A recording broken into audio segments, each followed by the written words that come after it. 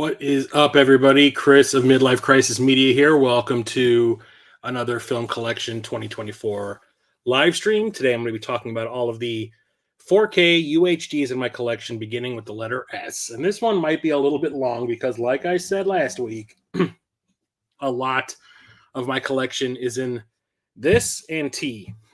It's like, two giant stacks for one letter. I've been covering like 3 letters normally, and I still don't have stacks this large, but yeah. So how is everybody doing tonight? Don't mind the kind of slapdash nature of the thumbnail for this video. I was basically forced to update my operating system on my computer. I have a Mac. I bought it I think it was at the end of 2013. And all of the editing software and programs and apps and whatever that I had on it were going to expire. They weren't going to be usable anymore if I upgraded to the following operating system for this computer. So I've never actually updated my Mac at all. So I've been using the same operating system since 2013, and then this past weekend, it's been a slow and steady thing where less and less app websites that I go to and things that I need to do on my computer have just stopped working because they're not supported, or they're not supporting the operating system that I was using. So like last Saturday, I went to go into my email, my personal email, and it wouldn't let me do it because it says your web browser, the web browser that I was using is also outdated because I can't update it any further unless I updated the operating system. It's very complicated, but whatever. I couldn't even get into my email anymore because of it. So I bit the bullet and I did a couple of updates, and I'm like 2 past where I was right now. And pretty much all of my programs are useless now. Apple is a scam. Just saying right now. They make it so you can only use their apps that you pay $300 for like the one operating system. And then when they update it, everything is unusable and you have to buy it again. So like everything that I had paid for is now unusable. I have no editing software. I have no Photoshop. I can't even use my Final Cut Pro to write screenplays anymore. So I couldn't even make a thumbnail. I had to make it on a website that like does thumbnail-y things and get it from there. So it looked like shit. It's because that's how I had to do it. I couldn't even do it on like I tried to do it at work today on the MS Paint or the Paint 3D or whatever that's on Windows 10 or 11 or whatever it is we use at work. And like I couldn't even do layers. Like I couldn't even put the PNG of my little cartoon version of me on the picture. I had to like go to a website that you use to make thumbnails specifically, and it's a nightmare. Anyway, on to the movies. Rant over. So here we go. Starting off with Saw 10. So this is the last one that they made. This is the latest one that was made in this really long-running series. Sometimes I say I ran a little bit too damn long. But they've tried. They're the makers of Saw. You know, James Wan created the original one back in 2004. And he was like really onto something with that one, because that I think is a really well-made, well-executed, even though cheap and a couple of leaps of logic that don't make sense, horror movie. It's more like a thriller than a horror movie, if you ask me.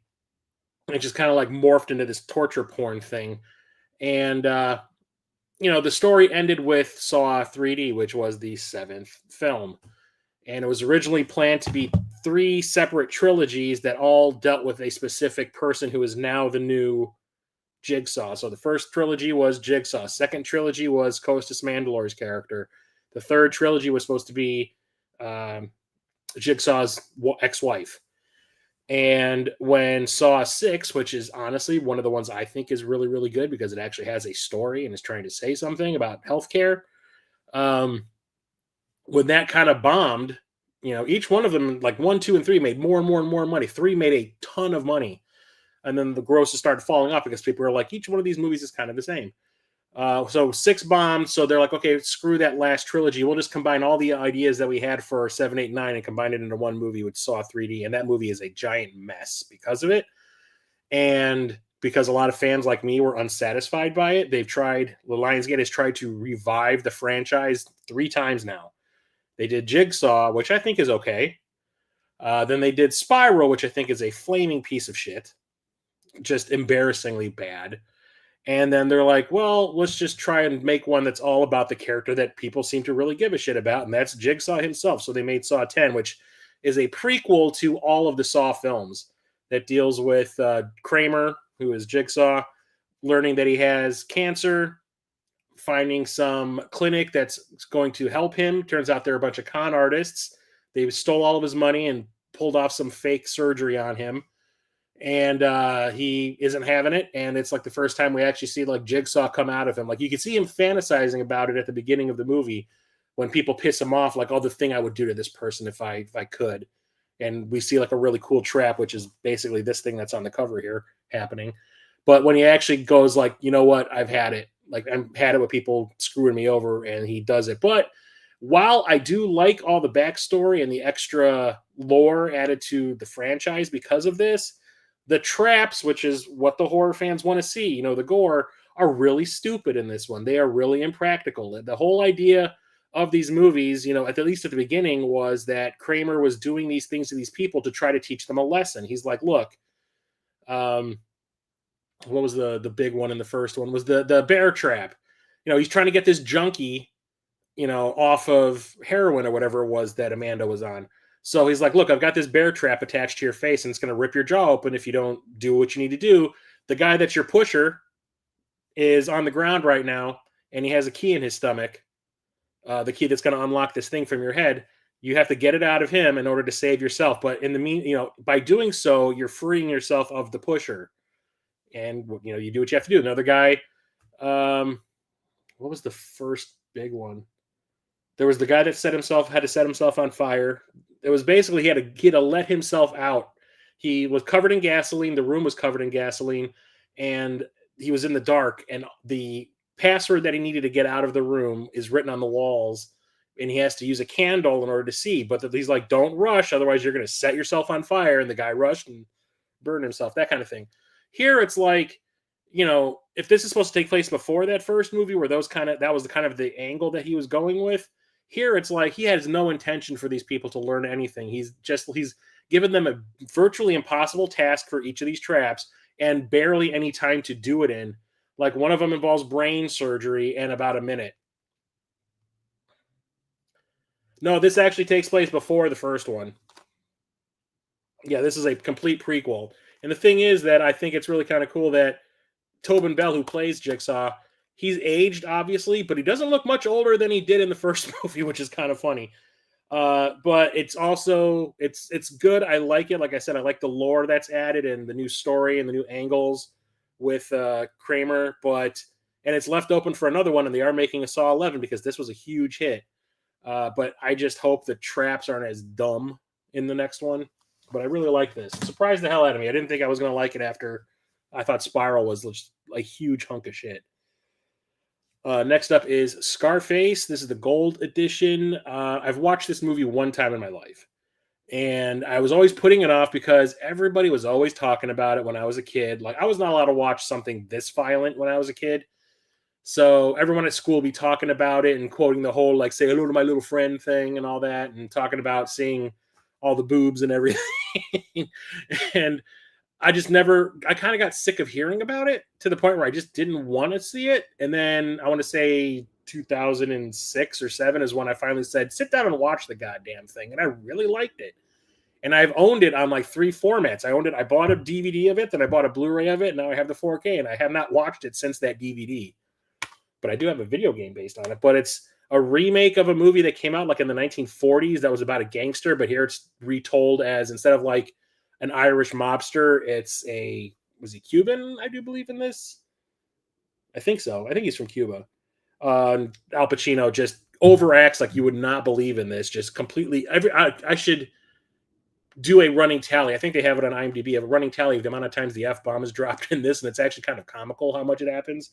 But I mean, it is good. I love Brian De Palma as a filmmaker, and I think this was like his most, aside from Mission Impossible, probably like his most popular movie that he ever made. and like rap culture like completely embraces this, which I think is kind of cool. But is it like amazing? Probably not.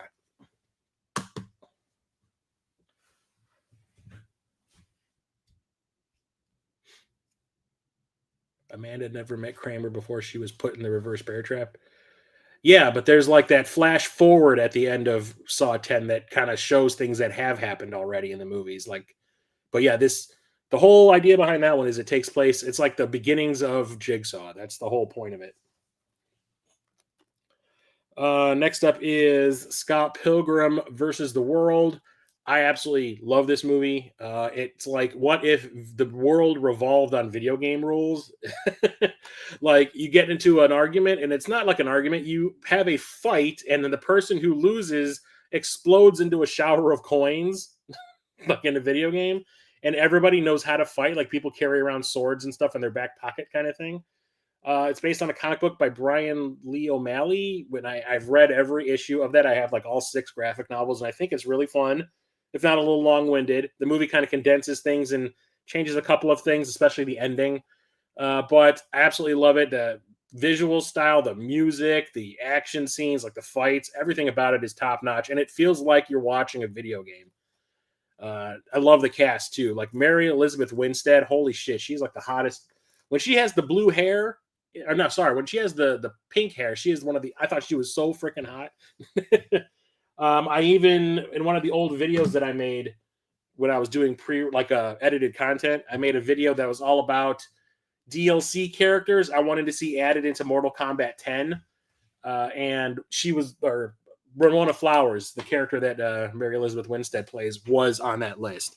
I thought that her with her big digital Thor's hammer and the way she would do like the acrobatics and stuff, I thought would have been really fun in Mortal Kombat, but it never happened, of course, because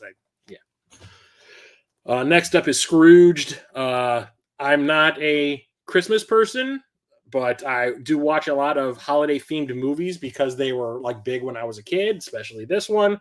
Bill Murray was considered like a comedy god when I was in grade school and junior high and high school. Like everybody loved every single thing that he did. And this is another one of those movies that never got a chance to see it in the theater. But everybody I knew that had seen it talked about it to no end, and it kind of made me sick of it. Like another thing with like Scarface, I just got sick of hearing about it.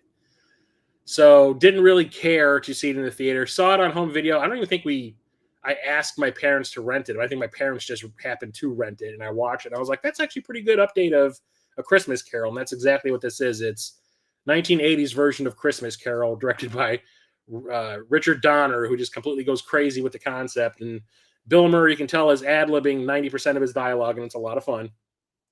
But the thing about this movie that makes me laugh the most isn't Bill Murray, although he is really funny. It's Carol frickin' Kane as the ghost of Christmas Future. She is so freaking unhinged, and you can tell she is having the time of her life, just beating the ever-loving piss out of Bill Murray all the time during her little section of the movie. I love that stuff, and I have tears in my eyes. Every time I watch this movie, I can watch it twice, 2 days in a row, and I'll probably laugh just as much as I would if I hadn't seen it in a year. But it's really fun. So how's everybody doing tonight? Talk to me, tell me something. Here is a movie I was completely obsessed with, and I actually have a poster with this image on the 4K right above my head that's actually signed by a couple of the stars of it. That is Serenity. This is the film version or the film sequel of the TV show Firefly that was prematurely canceled by Fox because Fox never has any faith in any show that they have. If it's not an instant massive hit, they cancel it because they suck. And Firefly was one of those types of shows, but the reason it failed is also their fault because they made the decision to air the episodes out of order. So I remember the premiere because this was by Joss Whedon, who at the time was not known as being a complete douchehammer. I was a huge fan of his because I loved Buffy and I love Angel, especially Angel, the TV show. So his new show was going to be like this sci-fi type of thing. And I was like, I am all about it. I need to watch this. I remember going to, was it Wizard World in Chicago or right outside Chicago when it was still called Wizard World? And they had banners and posters and advertisements for it all over the convention. Like, you could not look anywhere in that room, in that giant hall, and you would not see a Firefly something. So I sat down with my dad, first episode premiered, and it made absolutely no sense because it's like they pick up in the middle of the story. It's like you're expected to know who everybody is. There's no introductions. Everybody's just kind of there doing this thing. And it made no sense. I'm like, I feel like I'm missing so much information. How am I supposed to like these characters if they've just like, they're here already and like, everybody's supposed to know them? So found out later on, I never watched an episode after that first episode. It was the train robbery episode that they did. I never watched an episode after it. I was like, nope, this is terrible. So I remember when it came out, like, it got canceled and I was not sad. And then the DVD set came out and I was reading reviews for it on every website that I went to, like IGN, Ain't It Cool News, comingsoon.net, joeblow.com. Everyone's like, this show is so good. How did it get canceled? And it was like unanimous. Like, everyone was saying it was this fantastic show. I'm like, okay, fine. I'll pick up the Blu-ray. Oh, and they also said it was shown out of order. There was a pilot episode that was never broadcast until the show got canceled. Why would you show the first episode as the last? That makes no sense. Fox sabotaged the show. So bought the DVD set with the thinking that if it still sucks, I'll just get rid of it. I'll sell it off, and I'm sure someone will want to buy it. And ended up falling in love with it. I'm like, that first episode made all the difference. It introduces all the characters. You get to know everybody by the end of the pilot, the 2 hours. And then you watch that train heist episode, and it's like, okay, now I understand what's going on here. I understand where these characters are coming from and what's going on. I understand the world they inhabit. So became obsessed with the show. I thought it was the best thing ever. And then because of the popularity of that box set, that sold a ton, that Joss Whedon got to go ahead to make a sequel film, not a TV show, but a sequel film, and that's this. I was over the moon, and I could not buy my tickets fast enough. And I remember being in the car with a couple of my friends. There's a bunch of us meeting at the theater to go see it. There's like 10 of us. And it was like me and two of my friends. And I remember holding onto my steering wheel, driving up to the theater, going like, I need to see this movie. And my friend's looking at me like, you need to chill the fuck out. And the movie did not disappoint. It basically wraps up the series. It answers all the questions that were left dangling about River and why she's the way she is, why she has powers, or she can read people's minds and stuff, and she knows things. It explains the Reavers and explains more about the evil government, and it's just fantastic. Is it moving a little too fast for its own good at times? Yeah. But it's a lot of fun. The characters are all great. Some of the characters get just pushed off to the side. I was kind of mad about that. Like Inara in Book just kind of get we don't have time to have all of your characters here if we're going to make this a 2-hour movie. So we're going to have to push you guys off the ship. You're not going to be here for the whole movie, which is kind of bummer because I liked all the characters. And then they end up killing off a couple of them too, which kind of is a real big bummer for me. I remember when the one at the very end of the movie, when that happens, we're all like, no, holy shit. But I love it. I went and saw this in the theater, I think 6 times. And I went to Best Buy the day that this was released on DVD and bought a copy. And I took pictures of myself holding it like a baby for my old website for my Star Wars fan film. And everyone thought I was crazy. And I remember telling everyone that I knew that they needed to watch this, even if you had never seen the show. You need to check it out. I love it. I love everything about it. All the characters are fantastic. The world building is amazing. Where the story ends up going is awesome. And like I said, it all gets wrapped up with also the possibility of continuing if popular. Sadly, all the fans went and saw that in the theater, and it basically broke even, and no one else went and saw it. So we did not get a sequel, which is still another bummer. But at least we got closure. Next up is Shang-Chi, Legend of the Ten Rings. This was one of my favorite movies in Phase 4 of the MCU. This came out not too long after the COVID restrictions lifted, and I went and saw this with a couple of friends, and we had a blast. I knew Simu Liu from Kim's Convenience, which was a sitcom about a Korean family that owns a convenience store in Canada, and I thought he was great on that show. And when I heard that he had gotten the job for this, I was like, that's odd. He's like a comedic, excuse me, I got the hiccups. Like a comedic, wow. He's like a comedic actor. I honestly can't see him doing, spinning kicks to people's heads and, trying to act like, a superhero. And then we went and saw, and even the trailers didn't sell me on it. I was like, I want to see the movie, don't get me wrong, but like whenever they would show Simu Liu do like one of his like martial arts poses, I was like, he looks so awkward. And he never seemed to have any emotion on his face. Even the original poster of the movie was just him standing there like this. And I'm like, I don't know if he's right for this part. He looks like he's completely uncomfortable and like no emotion. And then I went and saw the movie and I was like, okay, I was wrong. He's great in the action scenes. That fight in the bus is amazing. I love the music they play over it too. And I think it has probably one of the best stories in the fourth phase of the MCU. I love the whole family dynamic. I like that they develop the bad guy just as much as they develop the hero. His father, Shang-Chi's dad is the villain in the movie. And like I said, he's just as developed as Shang-Chi is by the time the movie ends.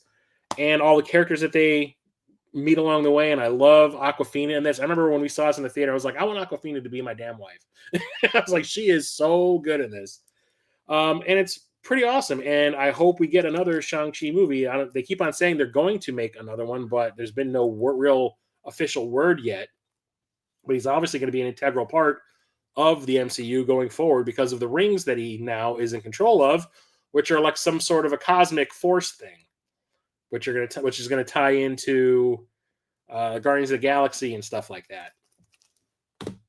So we'll see. I really liked it. Shawshank Redemption, another movie that I put off watching because my brother I think this is still considered, my brother considers this his favorite movie of all time. I do believe still to this day. And another one where you just hear somebody talk about something constantly and it kills your enthusiasm for it. So I just never watched this. And I don't think I watched this until 2007. I finally was like, I got Netflix, I'm getting the discs in the mail. Just see, rent it and see what's going on. I rented it and I was like, I'm a freaking moron, man. This movie is fantastic. Frank Darabont's first King adaptation, because this is based on a Stephen King story. And then he did Green Mile, then he did The Mist. All three of them are fantastic. I love the cast. Morgan Freeman. This is the first time I think I really took notice of Morgan Freeman as an actor. I have seen him in plenty of things up until that point, but I never really thought he was like awesome until I saw this. And I'm like, okay, that dude's the goods. Tim Robbins has always been kind of hit or miss with me. He's either really good or really bad. Like, watch Mission to Mars. That's really bad. Then again, everybody's really bad in that movie. But absolutely love it. I wouldn't say it's in my top 10, but it's definitely in my top 25. I'm kind of embarrassed because of who's the star of these movies, because he turned out to be a complete shitheel during this election cycle. And these are the Shazam films. Zachary Levi can eat a bag of dicks. I saw a sneak preview of Shazam, who's a character I was mildly familiar with from the DC comic books. I knew of him. I never really went out of my way to read anything with the character in it. I saw one of the DC animated films that I own like a million of in my collection had a short film about Superman fighting Shazam. And I'm like, they're basically the same freaking character once that they're both in their, suits and whatever, and they're doing their superhero thing. But like, I was like, he's kind of boring. So I wasn't really super excited about this, but I was interested to see it. Hopefully it would get me enthusiastic about the character. And I saw a sneak preview of this like a month before it came out, and I really liked it. I was like, that was super fun. The bad guy, the villain of the piece is developed just as much as the hero. I like the big twist that happens at the end with, the way the Shazam power is used. And it's like a really fun origin story of like a little kid who it's kind of like Big, but the superhero version of Big. A kid becomes an adult superhero, but the adult still acts like a kid, which is, I think, really entertaining. So I was really super excited about the sequel, and that is Shazam Fury of the Gods. And after what was set up at the end of Shazam, I was really kind of excited to see where they go with it. And they kind of ignored it. And they said they used that exact same setup again at the end of this one for a third film, which is never going to happen now because the DCEU is over. But this was at the point in time where I had started to get sick of all of the comic book movies that were coming out like all the time. Like it was like every month we were getting a new comic book superhero movie. And there was a point like within the last like 2 years where I was starting to get really sick of it. Like I think I started with Black Adam, and I was like, you know what?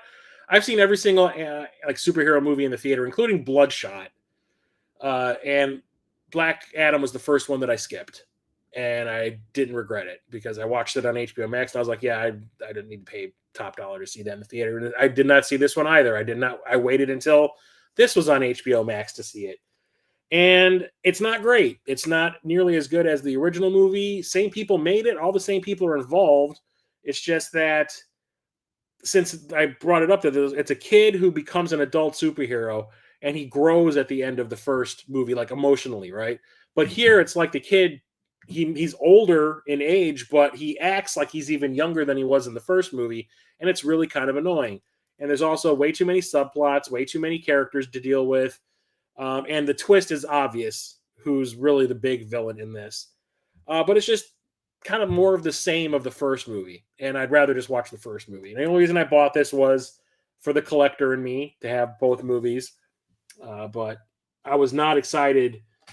Or I did not give a crap that there were not going to be any more Shazam movies after that. I was like, you know what? They kind of like killed it with this one for me. Next up is one of my favorite horror movies of all time, and that is The Shining. This is the original one from the 70s, or sorry, 1980, with Jack Nicholson and Shelley Duvall, R.A.P. Shelley Duvall. Stanley Kubrick did this, and he significantly changed the book to the point where it pissed Stephen King off, and he disowned the movie. And I think he still disowns any adaptation of this. I know he was making a big deal about the one from the TV movie being closer to the book, but that was so bad, if you ask me. This is just absolutely fantastic. It's shot so well. The tracking shots following the, what's his name?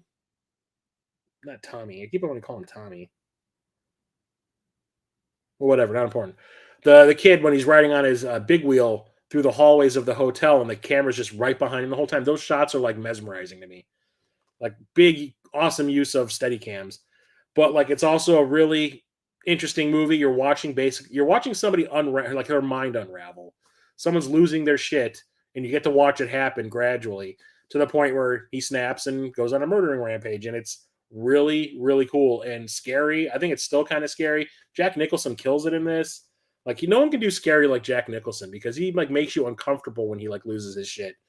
And obviously all the shit that Shelley Duvall had to go through to make this damn movie. Like, I felt really bad for her when I learned about it, but I think it makes her performance amazing in this, even though sometimes it's just she's a little shrill, but it's because Stanley Kubrick was legit driving her mad while they were making the movie.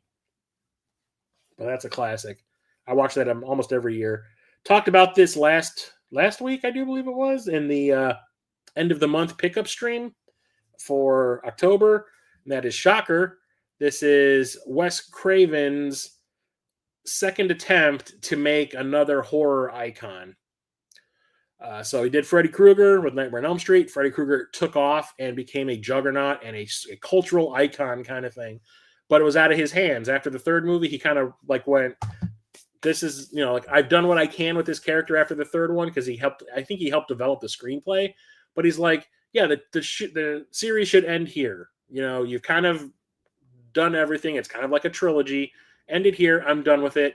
And because part 3 made a ton of money, of course, they made another one and another one and another one. And since he had basically sold his share of Freddy to New Line Cinema, like he had no say-so anymore. So he was like, you know what? I'm going to create another horror icon character, and it's going to be mine this time. And that's Horace Pinker in Shocker. And it is not good. So I remember seeing the trailers for it. The soundtrack was being advertised everywhere because it has like this hard rock soundtrack. It was like Anthrax and AC/DC and Megadeth and Napalm Death and stuff. I don't think Napalm Death was on, but it was like stuff like that. And everyone I knew was talking about that soundtrack and couldn't wait to see the movie, but nobody went and saw it. And apparently no one in America went and saw it either because it's bombed hard. So the whole idea behind it is Horace Pinker here is this serial killer who kills entire families. He gets caught and electrocuted for his crimes, but he worships some electricity demon, which grants him the power to use electricity to travel, and now he's kind of undead. And we're talking he can jump through televisions, he can jump through a plug socket, he can possess Barca loungers. that are like the ones that kind of give you a massage. As long as they're plugged into a socket, he can possess them. And because humans carry an electric charge, he can jump between bodies and possess them for a limited amount of time until he uses up all the energy inside and he has to get out. I think the big problem about this is Horace Pinker is not nearly as interesting as Freddy Krueger, even though a lot of ideas from Freddy Krueger are borrowed here to fill the character out, kind of. Because there is also the whole nightmare scenario thing going on in here too. For some reason, Wes Craven cannot get away from dream sequences. But there's also way too much going on here. There were so many tropey bullshit things happening here. So you have the whole serial killer thing. You have the nightmares that the main character keeps on having to tell him about the murders happening. There's a ghost of a girlfriend telling him clues that he needs to know. There's the electricity thing. There's the cop thing. There's just so much. There's a whole family drama thing, like, oh my God, my long lost son bullshit. There's so much going on here and none of it really works. I think it's okay up until the electrocution scene, and then things kind of go off the rails. And I mean, it's fun in a cheesy way, but I remember really kind of thinking this was pretty cool when I was a kid. Like when it first came out on home video and I watched it, I was like, that was pretty fun, And then watch it now, and I watched this the day it showed up in the mail like last week, and I was like, this is not as good as I remember it being. This is actually kind of bad. But in like a chintzy, cheesy way, like it's so bad it's kind of good, because I actually did kind of have a good time watching it, but I was just like, this is stupid as all hell. What is not stupid as all hell is Silence of the Lambs. Do I really need to talk about this? One of the only horror movies, even though it's not really a horror movie, but it's for some reason considered one when you ask people in the film industry, like a thriller like this that won the Oscar for Best Picture, and I think a Best Actor Oscar for Anthony Hopkins. God, I couldn't remember his name for a second. Based on a book, this is actually the second book in the series. It's Red Dragon, Silence of the Lambs, and then Hannibal. The first book doesn't really deal with Hannibal Lecter, but Silence of the Lambs does, definitely, and Hannibal is all about him. Was not allowed to see this in the theater, so we're way past the whole horror movie bullshit in my house when I was a kid, where I keep on saying that never allowed to watch horror movies as a child, but I was allowed to watch really violent action movies and stuff like that, and science fiction movies.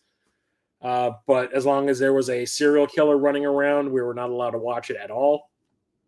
So the weekend that this came out, since all that was over with in the early 90s, me and my friend Charlie, who shows up in the chats every once in a while as Epic Die Studio, and my brother were going to go and see this with my parents. My parents are going to go and see it. We're going to tag along. Well, my dad had read the book and he kind of had reservations. And then the moment my friend Charlie showed up at my house to go and see this, and that was why he came over. He's like, "Yeah, I'm not taking any of you to see this. Like me and your mom, your mom are going to go and see it, but the rest of you are going to go and see something else," because he thought this movie was going to break our brains and make us want to make a human body suit, and tuck our wieners back and act all crazy and stupid and go around on a killing spree kind of thing. And we ended up going to see Sleeping with the Enemy with Julia Roberts instead.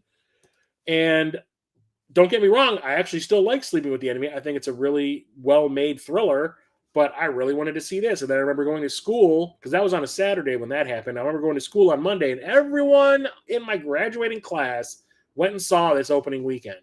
And everyone was talking about it. And I remember I was in my health class sitting there, and I am not exaggerating, every single person except me, including the teacher, was talking about Silence of the Lambs and how great it was. And then everyone's kind of looking at me like, "You're real quiet. Did you go see it?" I was like, "I was going to, but we ended up seeing Sleeping with the Enemy instead." And they all were like, "Why?" And I was like, "Ask my parents why." I'm like, "They're crazy." So ended up seeing this on home video. Again, my dad was really mad when we watched it. My parents had rented it and left the tape in the living room. So, of course, my brother and I come home from school. No one's home because my parents both worked, and we popped it in. And we're watching it, and my dad comes home from work during the tuck back scene where James Gum has tucked his weenie back and is doing his little dance. And my dad's like, "What the fuck are you doing watching this?" They're like, "You are the ones that left it on the living room table. It's your fault." And I'm like, "I'm sorry. This movie has not broken my brain. It's actually pretty rad." So absolutely love it. I need to pop this one open. It has a decent amount of extras. Kino Lorber's pretty good with that. There's also a really expensive, like limited edition collector set of this from one, I think it's one of the Australian companies. It's like a Umbrella or Viavision, and I was like, no, you know what? I'm good with this because I don't want to pay $100 for some version of the movie that I maybe it won't play on my system because it's from overseas. Who knows? This was kind of an impulse buy. I got an email from Arrow Video saying that they were having like a clearance sale. They were trying to get rid of some inventory, and I went to see what they had, and I was like, oh, there really isn't anything that I'm totally interested in. But I ended up saying like, well, there's that one movie that I watched when I was a kid quite a bit, and I have not seen it since. So I probably haven't seen this since like 82, 83. And I'm kind of curious to watch it again, and what better way to watch it than 4K? And that is Silent Running. This is a science fiction drama about, so like Earth is now barren, like you can't grow food there anymore. So these like hydroponic space stations were built and put into orbit to grow food that gets sent back to Earth. Well, the guy who's the superintendent of one of them is played by Bruce Dern. He builds these like robots, these 3 little robots that help him out around the space station. He calls them Huey, Dewey, and Louie. And he starts to like lose touch with humanity and all that, and like ends up like not wanting to send the food back, if I remember correctly. So in the not too distant future, Earth is barren of all flora and fauna, with what remains of the planet's former ecosystems preserved aboard a fleet of greenhouses orbiting in space. When the crews are ordered to destroy the remaining specimens, one botanist, Freeman, who's played by Bruce Dern, rebels and flees towards Saturn in a desperate bid to preserve his own little piece of Earth that was, accompanied only by the ship's 3 service robots. And it was like a real family-friendly kind of movie, and it was trying to say something too. So my parents were like, yeah, watch this. And I watch it all the time. I remember my dad made a copy of the VHS tape that he had rented, and actually has a decent amount of extras on here. I need to sit down and watch this because I have not seen it since the 80s. It's by Douglas Trumbull, who worked for ILM, was one of the pioneers for the way ILM did special effects, starting with Star Wars. Here's one of my favorites from my childhood, and that is Silver Bullet. I don't know why. Like I keep on saying, I was not allowed to watch horror movies as a kid. For some reason, my parents thought this one was okay. I don't know if it was because it had a kid in the lead, Corey Haim, but like my parents were kind of okay with me watching this, even though I remember going to school one day, and this was probably like in the 3rd grade, and someone brought in a copy of the Stephen King book this is based on, which was called Cycle of the Werewolf, and it was like a novella, and it had illustrations in it, like drawings of some of the murder scenes, in the book. And I remember this kid brought it to school, and he was like, "Look at this! Isn't this rad?" And I remember flipping through it and seeing these gory depictions of a werewolf like ripping people apart, and going like, I'm good," and like giving it back. So when my parents are like, "Hey, you want to watch a werewolf movie?" And I was like, "Is that okay?" My dad's like, "Oh, it's based on the Stephen King book." I'm like, "Oh, you mean like Cycle of the Werewolf?" And he's like, "Yeah, exactly." I'm like, "Oh, I saw pictures of that, in the book." I'm like, "I don't know." And he's like, "Oh, you'll like it." And I ended up liking it. It didn't freak me out or anything. And I think it was because Corey Haim is the lead in it. We thought we'd what do they call it? We'd like connect with him like in some way or whatever. And yeah, it's a werewolf movie where a kid finds out that there's a werewolf attacking people in this small town in like Indiana. And this kid in a wheelchair played by Corey Haim finds out that it's a specific person in the town that is the werewolf. And he and his drunk uncle played by Gary Busey, man. Like, you want to see like now Gary Busey, him acting that way? Watch this movie. He's nuts. But it's a really fun werewolf movie, and it's really well made, and it has this kind of retro feel because I think it takes place in like it doesn't take place in the 80s, I don't think. I think it takes place in like the 60s or 70s or something. But yeah, it's really, really fun, really well made. I remember, I do think that who the werewolf is revealed a little too early in the story. I think they should have kept it a mystery until like the end. Like when you kill the werewolf and you're like, oh, and it turns back into them, you're like, oh, that's who it was. Oh, okay.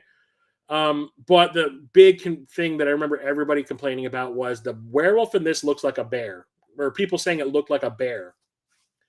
And I remember once I saw this on home video and going to school and telling everybody like, yeah, I finally saw Silver Bullet. They're like, didn't that bear look like shit?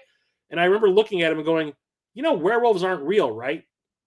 They can look like anything we want them to look like. So if it looks like a bear, Who cares? And everyone looking at me like, what's his problem?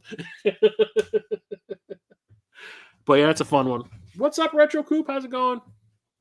Next up is Smoking Aces. This is by, oh God, what's that dude's name? Joe Carnahan, who was kind of like trying to do like a more edgy version of Quentin Tarantino movies at the beginning of his career with like Narc and stuff like that. And I remember seeing the trailers for this, and they don't really tell you a whole lot about what's going on in it in the trailer, but they set it to this really cool song by Muse. And I was like, I need to see that. And plus, what's her face? Alicia Keys is in this. And I had the hots for Alicia Keys like you would not believe. So me and one of my coworkers, who was actually like my supervisor at my old job, went and saw this together after work one day. And I remember halfway through the movie, there's a shot of Alicia Keys' ass. She's like walking down a hallway and she's like sashaying a little bit. And the camera is following her. And it is like a shot of her ass and her thighs. And he turns and looks at me and goes, now that is a real woman. And I was like, it's a crime thriller, a little bit of comedy mixed in too, and it's kind of told the way like a Pulp Fiction or a Reservoir Dogs is. It's kind of a little bit out of order, and it has a great cast. So I'll read it off the front. You've got Ben Affleck, Jason Bateman, Common, who was kind of trying to make it into film at that point, so he wasn't like a big name yet. Andy Garcia, Alicia Keys, Ray Liotta, Jeremy Piven, and Ryan Reynolds. Ryan Reynolds in like a serious role for a change. Because I remember seeing the trailers for this, and there's Ryan Reynolds trying to act all serious, and I go like, what the fuck is Van Wilder trying to do over there? You know, like what? Go back to waiting tables, dude. And the other person they don't really tell you is in this, who became a big star afterwards, is Chris Pine. There's these three brother characters right here that you see that are all like psychotic, and Chris Pine is, I do believe, the one right in the middle. And it was like he actually gets like a pretty decent scene at the end of the movie. And like not too long after this came out was when they announced that they were making the Star Trek reboot and that he had been cast as Kirk. And I'm like going, Smoking Aces, who the hell was he in Smoking Aces? Because he was a nobody at that point, to me at least. And then I watched the movie when it came out on home video, and I'm like, oh, that guy at the end at the parking garage scene, that's Chris Pine. I'm like, I can see that. And it turned out he was great as Kirk. But it's a really fun, little pretentious at times, like crime thriller action movie. Basically, there's a bunch of hitmen are asked to come to this hotel and take out one person. So there's like multiple contracts out on this one specific dude's life, and you don't know why the contract has been put on him. But like everyone's just trying to kill him. And there's like, it's like a bunch of feds and a bunch of hitmen converging on this one spot. And it's like all about the bullshit that happens. It's really good. And there's another crime movie that's more of a comedy too, and that is Snatch. Still think it's funny that there's a movie out there called Snatch. This is by Guy Ritchie. So this is his follow-up to Lock, Stock, and Two Smoking Barrels, which is another really fun British gangster movie. Jason Statham, first thing I ever saw him in. And he's really good in this. He has some great lines. Everybody remembers Brad Pitt in this for doing that pikey accent of his where he's like, you cannot understand anything he says because he says it almost half like he's mumbling and talking too fast. So like, it's just crazy. And then the thing I'll always remember this is the Benny the Knife, I think his name is, the guy who just can't be killed. Fuck you. Boom, boom. Okay, he's dead. Fuck you. Boom, boom. Okay, he's dead. Fuck you. Boom, boom. That shit. But I actually have a story about this. So I went and saw this opening night on a Friday night with a friend of mine, and it was a sold out screening in this gigantic theater that's in this really rich neighborhood called Barrington. And we get our seats, we sit down, and like we couldn't switch seats because it was, like I said, it was sold out. We got there pretty late. The dude sitting next to me was on his cell phone, like before the movie started, and into the trailers, and into the movie. And he wasn't just talking, he was singing. He was like trying to serenade some girl on his cell phone, and he was not being quiet about it. He was like, I don't give a fuck kind of attitude. So I remember like me looking at him and going like, will you like, shh? And he just like look at me and be like, whatever. My friend that I was with told him to shush. People behind him told him to shush, and he's just ignoring everybody. So finally I said, fuck it. I got up, went and got the manager, and I'm like, there's this dude who's been sitting next to me before the movie even started, talking on his phone, and he won't hang it up. And he's like singing. And he's like, okay, I'll follow you back in the theater, and then you can tell me who he is. So like he comes up the stairs with me and then stops, and then he sees where I sit down, and then he looks at me, and I kind of went like it's this guy, and he sees that the guy is still on his phone. So the manager comes up and goes, "Excuse me, sir, can I see your ticket?" And the guy goes, "What ticket?" And the guy goes, "Get the fuck out." Basically, he just snuck into the movie theater, and because he hadn't paid for his ticket, he just didn't give a shit. So missed the first 15 minutes of the movie, me and my friend, and pretty much everyone around us, because he was just distracting the hell out of everybody. But really, really enjoyed the movie. And then I remember I got the worst cold I've ever had afterwards. Like I was coughing up blood. It was almost like pneumonia. It was that bad after watching this. Like the day after this, I came down with it. So karma for getting this dude kicked out of the theater, and it came back as a cold. But it's a really fun, entertaining, really funny movie. Who is it, Billy? Is it the Germans? Next up is So I Married an Axe Murder. Did this movie really need to be on 4K? Probably not. But I love it, so I didn't care. And one of my favorite Mike Myers movies, one of the only ones where I don't think he's trying way too hard to be funny. Like, I like Mike Myers as a comedian. I like Wayne's World and all that. But, like, Austin Powers, like, every time he makes a new movie in that series, he was, like, playing another character, and he was just trying to be as obnoxious as he possibly could. This is the only movie where he's actually trying to act and be funny at the same time, even though his character's a little pretentious with that, like, beat poetry that he does whenever he breaks up with somebody. It's really kind of like really stupid and silly, but it's a really fun and funny comedy. Like I get a real big kick out of it. It has a lot of great one-liners, but like I said, he has to play multiple characters in his movies because he had an ego like you would not believe back then. And he ends up playing not only the lead in this, but his dad, who is the prototype for Shrek. You don't know the movie anymore? The soundtrack, yeah, the Here She Goes song, I remember I used to play quite a bit, even though I don't like that kind of music normally. But I mean, because of the movie connection, I liked it. But like, super, super, super fun. But like, did it need to be on 4K? No.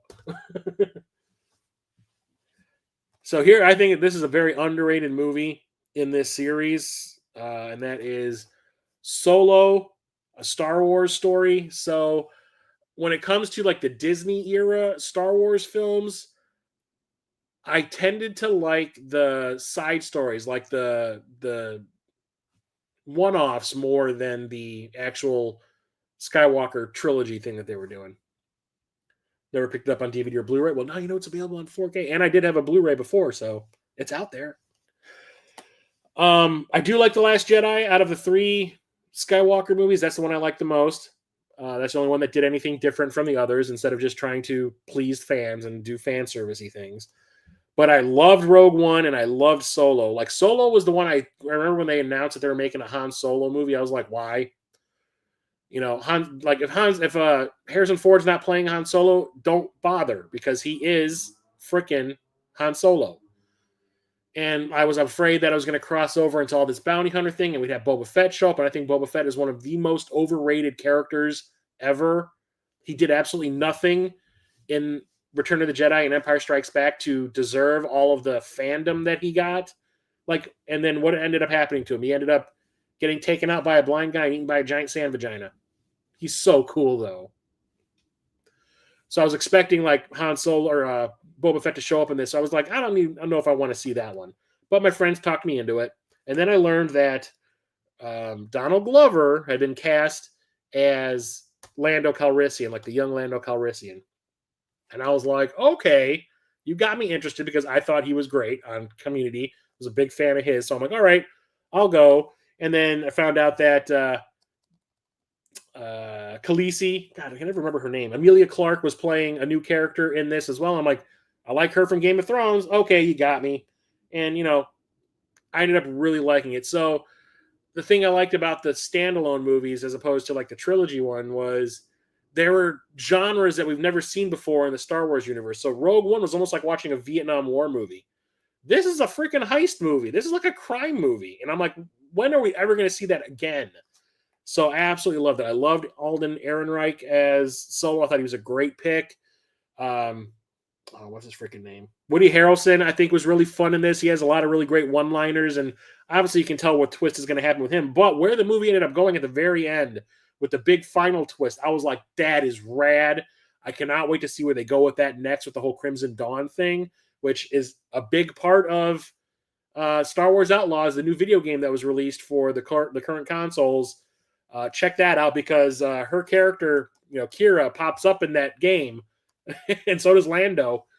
And I thought it was pretty fantastic. Yeah, this was one of those movies that had like a huge like scandal behind it. Not a scandal, but like upheaval kind of thing, because the two people who are directing this to start were the guys who made the Lego movies. Lord and Miller, I think their names are. They did the 21 Jump Street movies too. And about halfway through the filming schedule, Disney execs were like, let's see some of the footage. And they're like, was the intention to make this just a straight up comedy? Because that's not what we wanted. We wanted like an action movie with comedy in it. We didn't want just a comedy, which is exactly what the footage was. So they went back and told them, you guys need to make some changes to the script. And they're like, we're not changing anything. Like, this is the script you guys approved. And because it's not showing up the way, or it's not ending up the way you like, no. And I guess they weren't even sticking to the script that was written. Everyone was ad-libbing. So they're like, well, you know what? Then I think we're going to let you go. And they let him go and brought in Ron Howard. And I remember like everyone going, oh God, Ron Howard, the hack.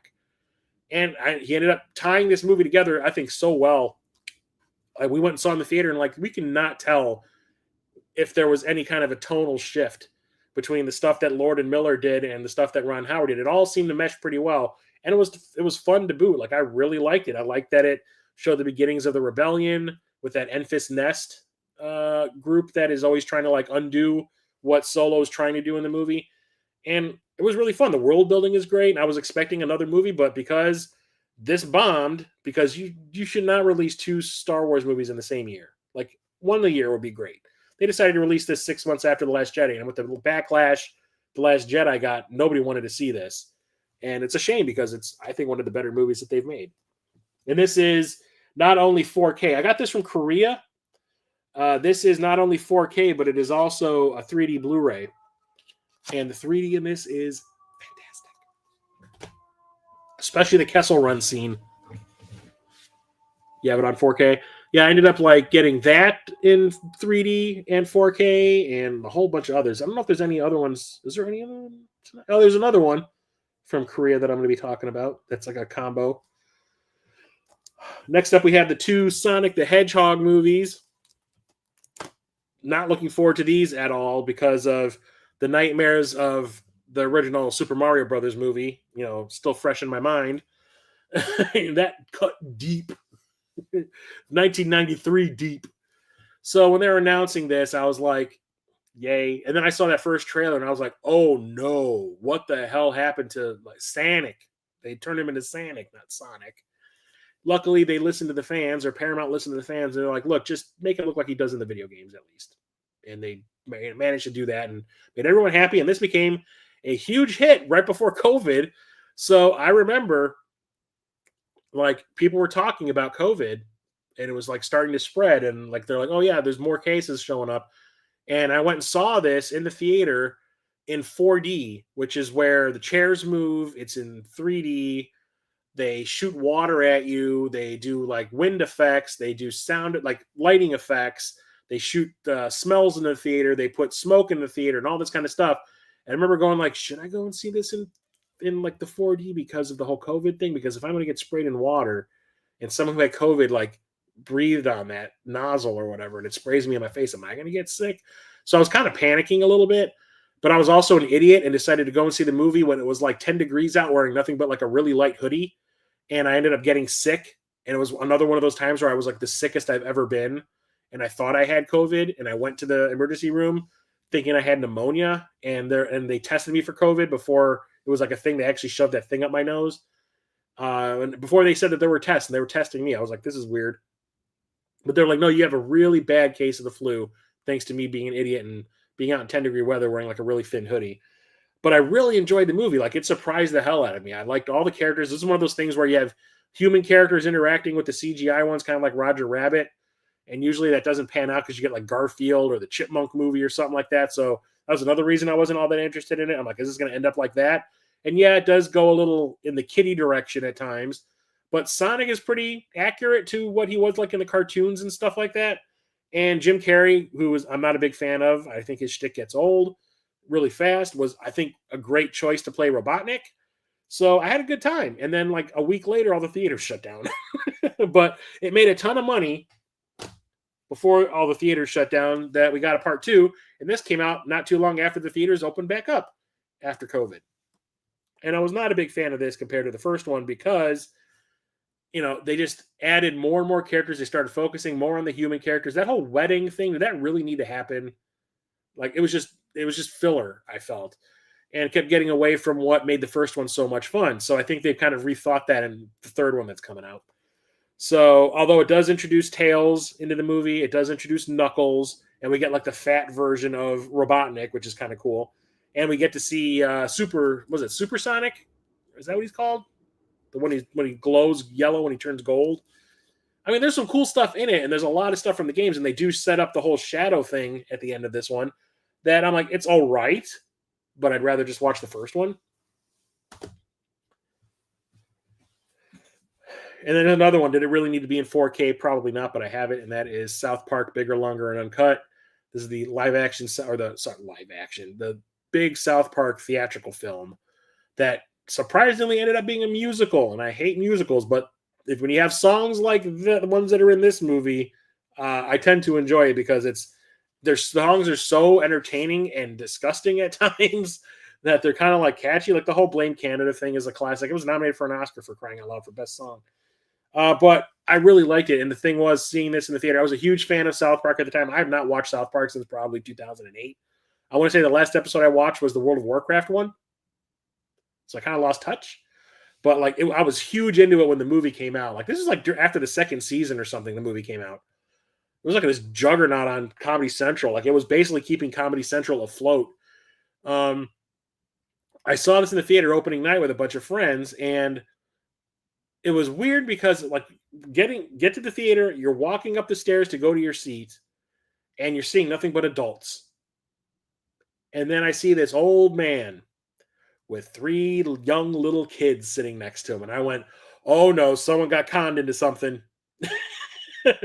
And sure enough, the time when Satan and Saddam Hussein are sitting in the same bed and Saddam Hussein pulls that dildo and goes, Satan, the granddad goes, nope, we're done. And he grabs all 3 kids and drags them crying out of the theater because they were having a good old time, but the grandpa could not handle that. And we're like, well, got a story to tell about this one now. The movie is funny. It still holds up. I need to watch it again. I have not seen this. The only reason it's unwrapped is because the disc was loose in here, and I wanted to get it on a little pin that's inside the case. But I haven't watched this in probably 10 years. So I need to check it out again. Hoping it still holds up. Then we have Spaceballs.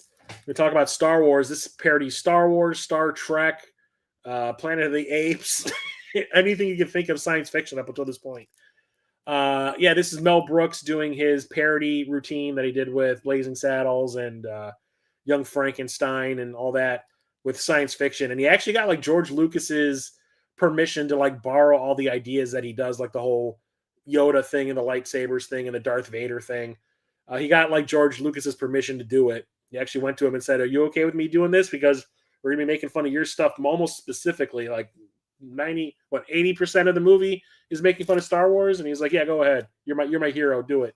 And it's really fun. The only thing was, I was super excited about wanting to see this in the theater. My parents are big Mel Brooks fans. One of my dad's favorite movies was Young Frankenstein. I remember he used to watch History of the World Part 1 all the time. Like he used to watch like at least once a year. But like, because all of a sudden my brother and I want to go and see one of his movies, it was like, it wasn't cool anymore. And no, we're not going to go and see it. And I remember I bought like one of those, they used to have those magazines back in the day where it was, you go to like the grocery store and there'd be a magazine dedicated specifically to a movie. Like you go there and there'd be a Star Trek 5 magazine. I remember I still have my Star Trek 5 magazine. But there was one all about Spaceballs, and inside it had nothing but posters in it. There was like 3 or 4 pages of posters of like characters and the aliens and just stuff from the movie. And I remember I pinned those posters up to my wall. I had a poster of Yoda, of Yogurt. I had a poster of Darth Helmet, and I had a poster of the alien that comes out of John Hurt's chest at the end of the movie, that big Alien parody. And my parents wanted Pizza the Hut also. And like, I don't know if all of a sudden, like me and my brother liking Mel Brooks made my dad say it wasn't cool to him anymore. We eventually talked him into taking us to see it at the Dollar Theater. And my dad was like, I am so stupid.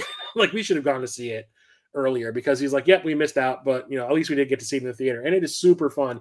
I like the cast. First time I think I ever saw Bill Pullman in anything. Daphne Zuniga, who plays Princess Vespa in this, I saw her in The Sure Thing, I think not too long before this. And she ended up being in The Fly 2 not too long after this either. But John Candy, obviously, everyone knows who he is, and Rick Moranis. And great, great cast. And it has a pre-Tuvok. Oh, God, what's his name? Shit. I'm going to have to look him up. The guy who plays Tuvok on Voyager. Tim Russ. It just popped into my head. Tim Russ playing one of the Spaceballs. And when they're looking for the Spaceballs, the villains are looking for the heroes. And Dark Helmet, who's the Vader character, is like, we need to comb the desert. And you actually see people out there with combs combing the desert. And then there's two individual guys with like a hair pick trying to comb the desert. And Darth Helmet's like, you guys find anything yet? And Tim Russ goes, we found shit. And he says, I saw a video of Tim Russ on like Facebook or Instagram or something. And he's like, look, I have over 100 credits to my name on IMDb. I'm a stage actor. I've done all these things. I was on one of the most popular science fiction TV shows of the 90s. And the only thing anyone ever wants me to quote when they meet me in public is, we ain't found shit. Here's Species. So I remember seeing the trailers for this, and they're trying to make it look like sexy Alien. Like Alien, but sexy. And me and a friend, my friend Charlie, Epic Dice 2, and my brother were like, we're going to go and see that. Like day one. Like, we're adults now. Like, we're 20. We can go and see anything we want, because this came out in 95. We're like, we're adults now. We can go see what the fuck we want. We want to see something that's like a softcore porn movie in the theater. We're going to go. And my brother's like, can I come too? And we're like, yes. We're going to corrupt you. And we went and saw this opening day, but we didn't see like a night show. We saw like an early afternoon show. And there was barely anyone there. And we had a really good time with it. Like, yes, it is kind of exploitative. It is a lot of nudity and sex things going on. It's almost like if you were to take Alien and mix it with Basic Instinct. But, like, it's told really well. Like, it takes time to let the characters develop and all that. And then there's a nude scene. Yeah, it's all about an alien. Aliens have sent us the information about their DNA. And instead of visiting, they're like, here's our information. So we try to mix the DNA for some reason with human DNA. And we create like a hybrid. And it grows super fast, and it turns into Natasha Henstridge, who is super hot in this and enjoys getting naked all the time. And the only instinct she has is to breed and make more of her so they can kill everyone on the planet and take over the world. And a bunch of the scientists that created her are trying to stop her before that happens. So the whole movie is them chasing her around like LA while she's trying to mate with everybody, and nobody seems to line up. Like, oh, this guy's got diabetes. Nope, kill him. This guy's got a blood disease. Nope, kill him. She's like, I'm about to bang him, give me that tongue. Yeah. And it's really cool. It does kind of go Terminator 2 in the end, but I think it's a really entertaining movie. The characters are really likable. Ben Kingsley, of all people's, in this. The guy who won an Oscar for playing Gandhi is in this movie that's like all about tits. Alien boobies. And you can see them on the back too. The aliens got titties. Really, really fun. And then they kind of ruin it with the sequels. This one's like, yeah, it's got like this softcore feel to it, but it's nothing crazy. It's fine. And then you go and watch the second one, and it's like a live action hentai movie. It's nuts. And then the third and fourth one basically become softcore porn movies with aliens in them, and they are awful. Although Sunny Mabry, who is like now an Instagram, she used to be like a big hit on oh God, what was the social media site that was like 6 seconds before TikTok? Vine. She was a huge Vine star. She's married to Ethan Embry, who was like an actor, a big actor too. And she became a huge Vine star. And I think she's like a huge Instagram star. She's super funny, but she was in the third one, and she's naked that whole movie. So I said if I ever met her, I'd be like, what's it like being an Instagram star? And hey, does Species 3 have anything to do with that?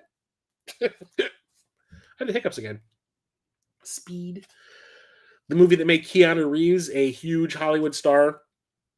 He'd been in a few big movies before this, like Dracula or Bram Stoker's Dracula and Point Break and all that. But this is the one where it was like him as the lead, and the movie made like millions. This was it came out in '94. I remember going to see this in the theater, I think the week after it opened, and hearing all the good press it was getting, and going to watch it. And I was like, that was really cool and kind of different for an action movie because it was kind of contained. So everybody knows the story of this one. There's a bus with a bomb on it. If it drives slower than 50 miles an hour, it blows up and everyone dies. And Keanu Reeves is like this bomb. He's like on a SWAT team where they deal with like the bomb squad kind of. He gets himself on the bus to try to defuse it, and it's basically the whole movie takes place on this bus that just can't slow down, and a lot of the crazy shenanigans that happen on board. And it's first big movie. I mean, I had seen Sandra Bullock in Demolition Man the year before this, and I was like, she is cute as a button. And then you see this, and you're like, oh my god, I fell in love with her. I was like, she is the cutest thing ever. She's awesome. Dennis Hopper is the villain, and he's having a blast. This is like during the middle of his like big renaissance where he had a huge comeback, but he was playing nothing but villains in movies. But it's super fun, and it is super rewatchable too. It's great. I absolutely love it. Made Jan de Bont, who was a cinematographer for Richard Donner. It made him like a huge bankable director in Hollywood because he did Twister after this. What's up, Man Boy Cave? Super fun. Absolutely love it. Sequel, not so much. I will never watch that movie again. I saw it in the theater once, and that's the only time I'm ever going to watch it. So I was talking about getting that Korean Solo movie, or the Korean edition of the Solo movie on home video because it was a combo pack that had a 4K and a 3D Blu-ray in it, and I did the same thing for Spider-Man Into the Spider-Verse. So I was kind of late to this one. I remember everybody telling me, especially Jason from Corpse Flood Gaming, who is a huge comic book nerd, telling me this is probably the best Spider-Man movie he had ever seen in his life, and he likes pretty much everything Spider-Man. And I kept on saying like, I'll go. And I just never was able to. I could never get a way to do it. And then finally, because it came out like around the holidays, I went on vacation. I always take the last 2 weeks of December off from work for like my own personal vacation. And I was like, okay, you have the free time now. You're going to go and see it. And you're going to go and see it in 3D because the animation style I thought would lend itself really well to it. And wasn't playing in 3D anymore when I went and saw it. It had been out for so long that the 3D showings were all gone. So it was just all 2D. And I was like, well, at least I get to see it. Saw the movie and I fell in love with it. I'm like, this is definitely my favorite Spider-Man movie. Out of all of the ones that have been made, this is definitely my favorite one. And really made me mad that I was not able to see it in 3D. So when it came out on home video, I refused to buy the American version of it unless I found that there was going to be a 3D version. I was like, I'll buy it only as a last resort. Went on eBay, found this, and I ordered it. Took 3 months to get to me, though, because it's during the middle of freaking COVID. I remember it was this and I think it was Kong. Was it the Kong movie? No, there was 2 movies that I had ordered. Might have been Shazam, because Shazam's also one of them. So yeah, the first Shazam movie is one that I got from Korea because that's a 4K and a 3D Blu-ray. Solo was one of them. I think it was Shazam in this. And yeah, I absolutely love the art style. It makes it look like a comic book. And like the twists in the story, like who the Prowler ends up being, I was like, I did not see that coming. But like everything about it's a great like origin story that anybody can associate with. Like I think it's great. And the thing was, when I saw it in the theater, I got there kind of late. Like I got there during the trailers, so I didn't get to like see the auditorium very much, but it was pretty much sold out. And when it was over, like the kids in the theater were like, I want to be Spider-Man. I want to be Spider-Man so bad. I'm like, this movie did that. I was like, inspiring kids. And it's really cool that it's all about Miles Morales and not Peter Parker. I was finally glad they decided to like use the other people that are Spider-Man in the Spider-Man universe. And you got Spider-Gwen also, who was kind of who was becoming really popular at the time. And then we got the sequel, Across the Spider-Verse. This was not available in a Korean 3D Blu-ray pack. I don't even know if this came out in 3D at all, but same exact thing that happened with the first one. I kept on saying I need to go and see it because it's the sequel to my favorite Spider-Man movie. I'm definitely excited to see this one. Just could not get away to do it. Just never could. I'd be like, I'm going to go and see it after work tonight. And that would be the day that shit went down at work and I end up being there until like 11 at night or something. And then I'm like, oh, I'm going to go try next Tuesday because Tuesday's like discount day around here when it comes to theaters. There's a theater by me, like you can get any movie, IMAX, 3D, anything. What is it? Something digital something or other that they have. Oh, not the Dolby. God damn it. There's a surround sound thing that they do here too. I can't remember the name of it. Dolby Atmos. The $5 every showing on Tuesday is $5, no matter if it's day or night. And I'm like, I'll go to that theater after work today and go see. And then that's also the day that shit went down, and I end up being there till 11 o'clock at night. So it just never happened. I eventually just blind bought it. I was like, everyone's telling me it's awesome. And I was like, all right, fine. I'll just get it because I'm pretty sure I'm going to like it after the first one. And I watched this and I love it. It's great. I don't like it as much as the first one, though. There's way too much going on here. And it feels kind of like, don't get me wrong, I love The Matrix Reloaded. But like the way The Matrix Reloaded is just kind of like, it feels like the middle part of a trilogy when they just kind of end it on a cliffhanger that's going to lead into the next one. And they do that here too, where it's like all this stuff is build up for some big thing that's going to happen in the third movie. And we're not going to tell you what's going on, but we're going to leave you on this massive freaking cliffhanger. And it kind of pissed me off.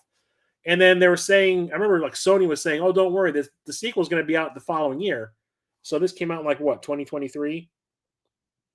I think it came out last summer. And they were going to, oh, don't worry, 2024 summer, you're going to see the third one. And they hadn't even started working on it yet when this came out in theaters. How are they going to do that? So now it's not coming out until like 2027 or something. But it's good. Don't get me wrong. I love it.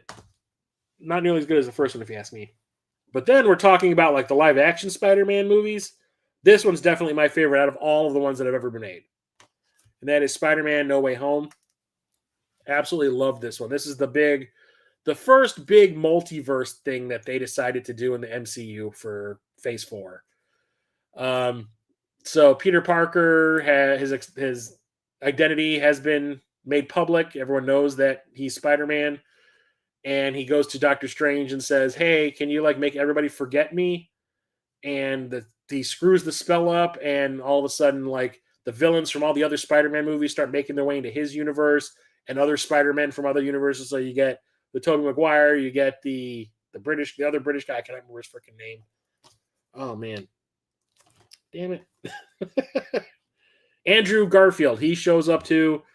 This was like one of the highest grossing movies of the year that it came out. So it was like 2021, I think it was. I think it was the highest grossing movie that year, so I don't need to explain it too much. But it is super fun, and for the amount of characters that have been like shoehorned into this thing, it does not feel busy. It's like everyone gets their moment, everyone gets like the time to shine. I mean, like after watching this, and I did not like the Andrew Garfield Spider-Man movies, the Amazing Spider-Man movies. I did not like any of them. Funny thing is, I only watched the first one, and I hated it so much I never even wanted to watch the second one. But after watching this and seeing that moment where Andrew Garfield saves the Mary Jane from this series, Zendaya, and he saves her in the same kind of way he was trying to save Gwen at the end of the second movie. And like he starts crying, and she's like, "Are you okay?" And he's like, "Yeah, I'm good." Like he needed that moment to like save somebody. I was like, I want a third freaking Amazing Spider-Man movie now. God damn it. And I want another after part 3 of the Tobey Maguire Spider-Man movies pissed me off because of the way they ruined Venom. I was like, I kind of want a 4th movie with him in it now because of this. They did the characters so well in this. And they finally announced that they are working on the 4th movie in that series. I know that Tom Holland was like holding out. He said he didn't want to be playing Spider-Man after a certain age. He's like, after I turn like 30, I don't want to be playing Spider-Man anymore. He's getting close to that. And they finally were able to talk him into making another one. That just translates to giant paycheck. So the first movie I talked about tonight was the newest Saw movie, Saw 10. This is the one that came out before it, the one that I think is hot freaking garbage. And that is Spiral. Talked about this a couple months ago. in the pickup stream. The peak-up stream. Can't talk. I think I'm going on about 2 hours of sleep. So I remember like Jigsaw, the first reboot, their first attempt at a reboot of the series, or like I wouldn't call it a reboot, but like trying to reinvigorate the series to get people excited about it again. Didn't really work out. So they tried again because Chris Rock out of nowhere was like, I love the Saw movies. I would love to produce and star in one. And Lionsgate was like, oh, we've got some star power now. I'm sorry, but Chris Rock is not the first thing or the first person that comes to mind when I think of horror. But he managed to talk Samuel L. Jackson into being in this too. So you got him, and I'll watch anything that Sam Jackson is in because he is awesome. And they got the director of Saw 2, 3, and 4 to come back, Darren Lynn Bousman, who I've actually met in person. Kind of a douche. And I remember me and my friend Charlie, who like I think from part 4 and on, we saw every Saw movie in the theater. So we saw 4. Like I showed him the first 3, and he was like, "These are awesome." And I'm like, "Well, there's a 4th one coming out in about a week." And he's like, "Okay, we're gonna go see that." And we went and saw 4, 5, 6, 3D, Jigsaw, and we went and saw this opening night. And this also was one of the first big movies to come out post-COVID restrictions. And the whole movie, I was like this. Like, what am I watching? And when it ended, I looked at Charlie and I go, I didn't realize I just paid to watch a parody of the Saw films. And he's like, what? He really liked it. I couldn't stand it. I thought this was making fun of them. It is so bad. And it's like really badly made too. Like Chris Rock is trying way too hard to act hard. Like he's like a serious actor when all I hear is, the thing that he normally does in his comedy routine. And it's like there's these flashback scenes where they try to make him look younger by gluing a really bad like costume store goatee on him that is not even stuck down all the way. So while he's doing his Chris Rock routine, you can see the corners picking up on the sides of his mouth and you can see through it. I'm like, nobody noticed this when they were filming? Like, or did nobody care? Like, it is just really cheap. The story is stupid. Who ends up being the killer in it is bad. Like, I did not enjoy anything about it. Even the traps were stupid. And when this ended, I was like, you know what? You can just end it here and I'll be fine. And luckily, Lionsgate was willing to give it another shot, and they did Saw 10. That's where it picks back up. So they kind of redeemed themselves with that. But the only reason this is in my collection, I had zero intention. You have no idea the amount of times I went to like a Target or a Best Buy or a Walmart and saw this sitting there. And I'd be like, I have all the other movies in the franchise on home video. I should probably get that one too. And then I just kind of look at it and I go, nope, and walk away. The only reason I added this to my collection was Groove, which is Universal Studios website where they like it's direct to consumers, home video movie sales. Had a sale, and I picked up 3 movies, and I got this for I want to say like $8 or something like that. And I was like, okay, fine. Or maybe this was the free one. It was like buy 2 get 1 free, and this was the one that I picked as the free one. So that's the only reason it's in my collection. I absolutely hate it. What I don't hate is Split. So Shyamalan, my favorite Shyamalan, God, I can't talk. My favorite Shyamalan movie is Unbreakable because of the whole comic book angle to it. And when I saw this in the theater, I had just seen, The Visit, which was like his big comeback movie after the Last Airbender debacle. And After Earth also was a huge bomb. So he was trying to make a comeback with like thrillers. And I just watched The Visit on like home video. I'm like, yeah, that was all right. And then I saw the trailers for this, and I'm like, I'm a big James McAvoy fan. I have not seen anything that he's in that I would consider like terrible. So I was like, I'll go see that. It looks kind of cool. And plus, it sounds like a cool idea. Go and see it. Had no idea this was like a backdoor sidequel to Unbreakable. So this dude who has like beyond multiple personalities, we're talking like 30 or 40 of them, kidnaps these girls, and in order to save them from the beast, which is like this other personality that when it comes out of him, he actually like physically, it affects his body physically, like he becomes bigger and all that. He's like a serial killer.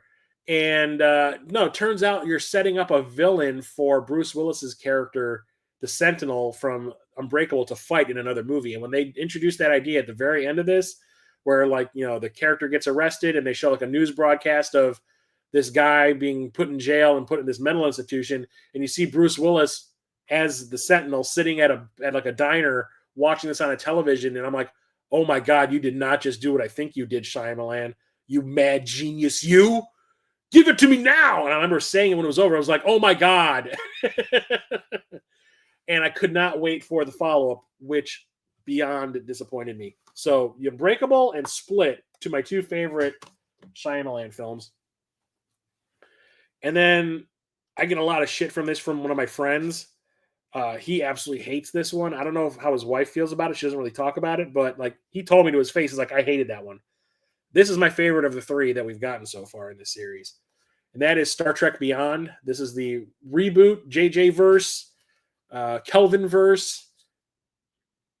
Yeah, Glass was crap. I was so mad when I saw Glass. I'm like, all that setup, all that buildup from at the end of Split to this, and then this is what you get, and the way you take out the Sentinel is the dumbest shit ever. Like, I was so mad when that was over. What's up, Peter? That's what she said. You're not super late. I still got a few movies to talk about. I keep saying Shyamalan and not Shyamalan. Yeah, Glass was crappy. I hated it. This is the third, and to this point in time, last reboot film in the series that we've gotten with Chris Pine and Zachary Quinto as Spock. And this is my favorite of the three. When it comes to the original, I think there's way too many plot holes for me to actually enjoy it because I pick it apart every time I see it. If you ask me, it felt like it was thrown together. And there's like so many like silly kids moments in it with like Scotty being pumped through all these water pipes and all that. And I'm like, what the hell is this shit? I like Into Darkness. I think that was a step forward because they decided to go a little more serious with it. But there's still dumb shit in it too. Like, you know, in the middle of a massive, important conversation Kirk is having with Khan in that movie, and Kirk stops dead in the middle of the conversation and goes, Bones, what are you doing with that tribble? Oh, it's a plot point I'm trying to make here, guys, so we can bring you back from the dead at the end of the movie.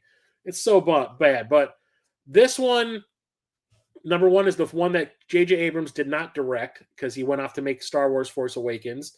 They brought in the guy who directed Fast and the Furious 3, 4, 5, and 6, and now 9 also to direct this. This is the first movie he'd made in a different series since the Final Fantasy Fast and Furious movies.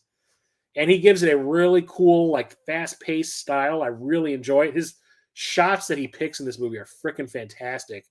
There's like a really cool shot of the camera locked onto the front of the Enterprise, like where the photon torpedo launcher is when it's in space dock, and then it like launches into space and it just stays there, and you see everything behind the ship like growing small. It's super cool.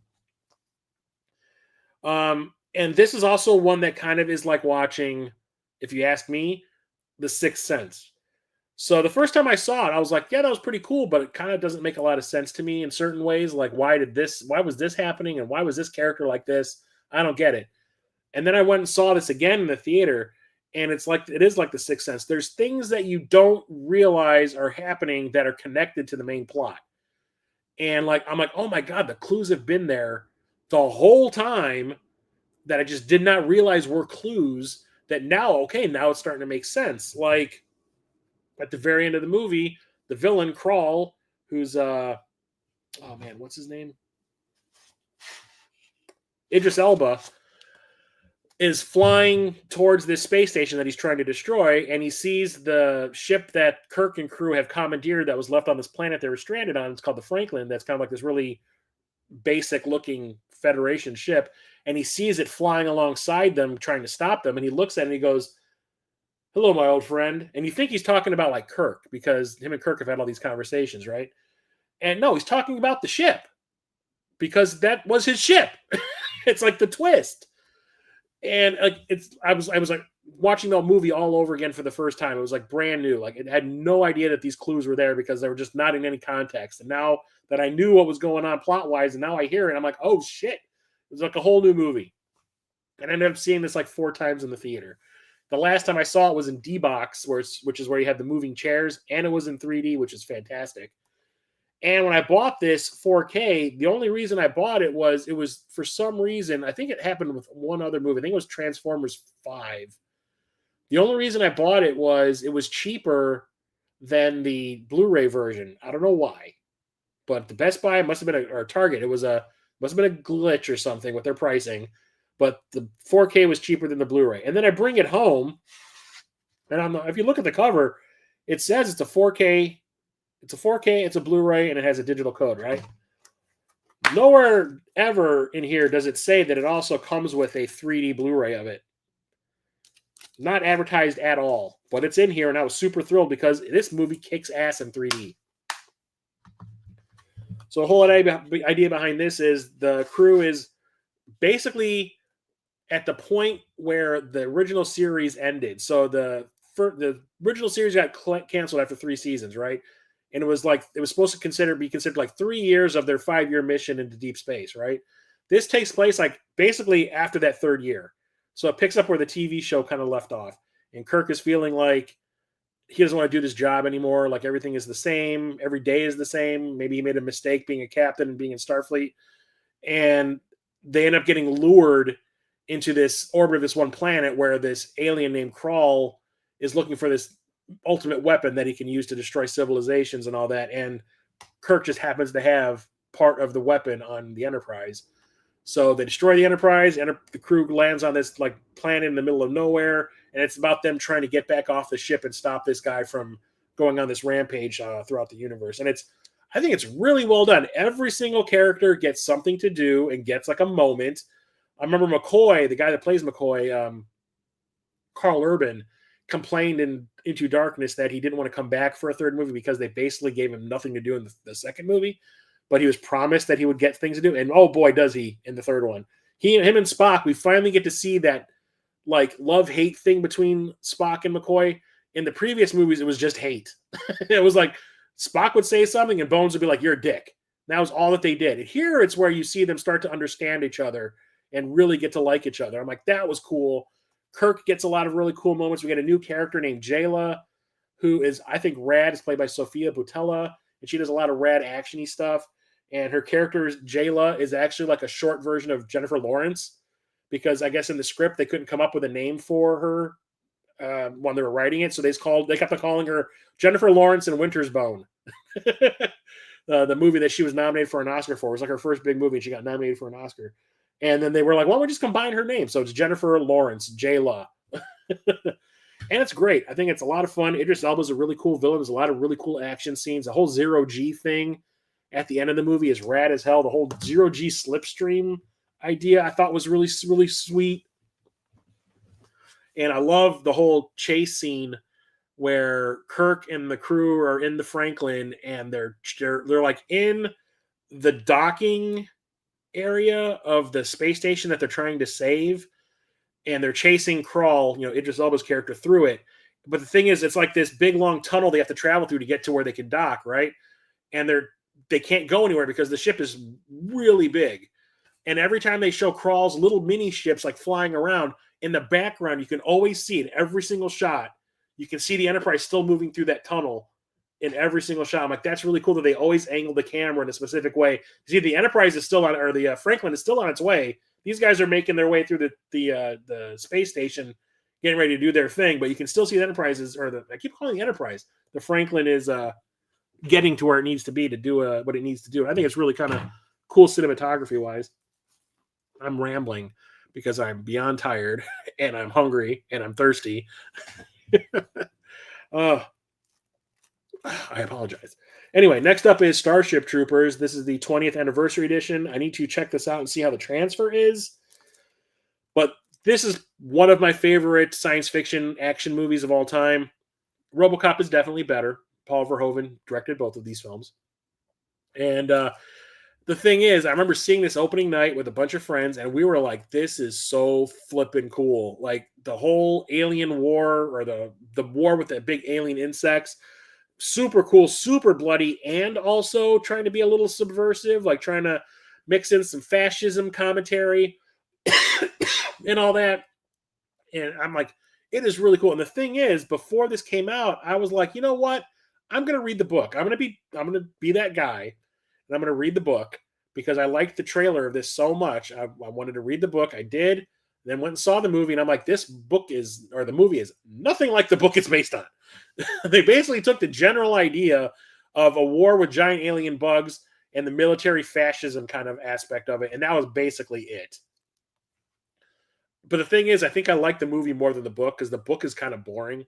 Although I did like the big power suits that, like, the soldiers in the movie are basically wearing armor. It's like, like SWAT armor and a helmet.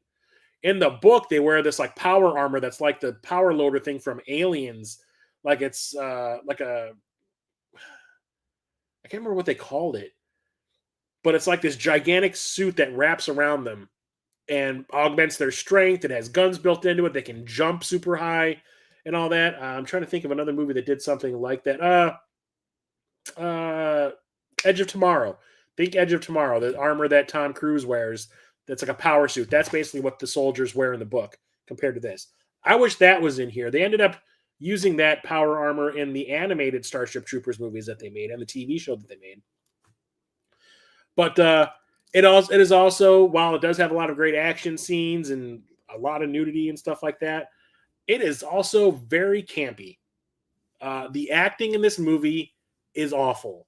Every single actor in this is like acting like they're on an episode of 90210. And it is like embarrassing at times. There is a scene at the end where I remember laughing hysterically in the theater when I shouldn't have been, because it's not a funny scene, but because of how campy it was, I did. At the very end of the movie, when the three leads, so you've got Johnny Rico, Casper Van Dien, you've got Denise Richards, and the guy that played Barney on How I Met Your Mother, Neil Patrick Harris, who was actually dressed like a Nazi in it. Denise Richards has been pierced by an alien leg, like through her shoulder. She has a hole this big through her shoulder right here. And the three of them are walking side by side after everything has been, the world has been saved kind of thing. And she puts her arms around both of them and goes, "We're going to be friends forever, right?" And she's got this. I'm like, what in the hell? I was dying in the theater. Everyone's looking at me like I'm crazy. I'm like, she should be bleeding to death right now. And she's got her arm up over this guy's shoulder going like, "We're going to be friends forever." I was dying. It's super fun. I like it a lot.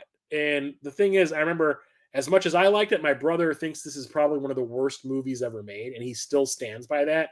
You say the word Starship Troopers in front of him, and he like turns green. But I love it. I think it's super fun.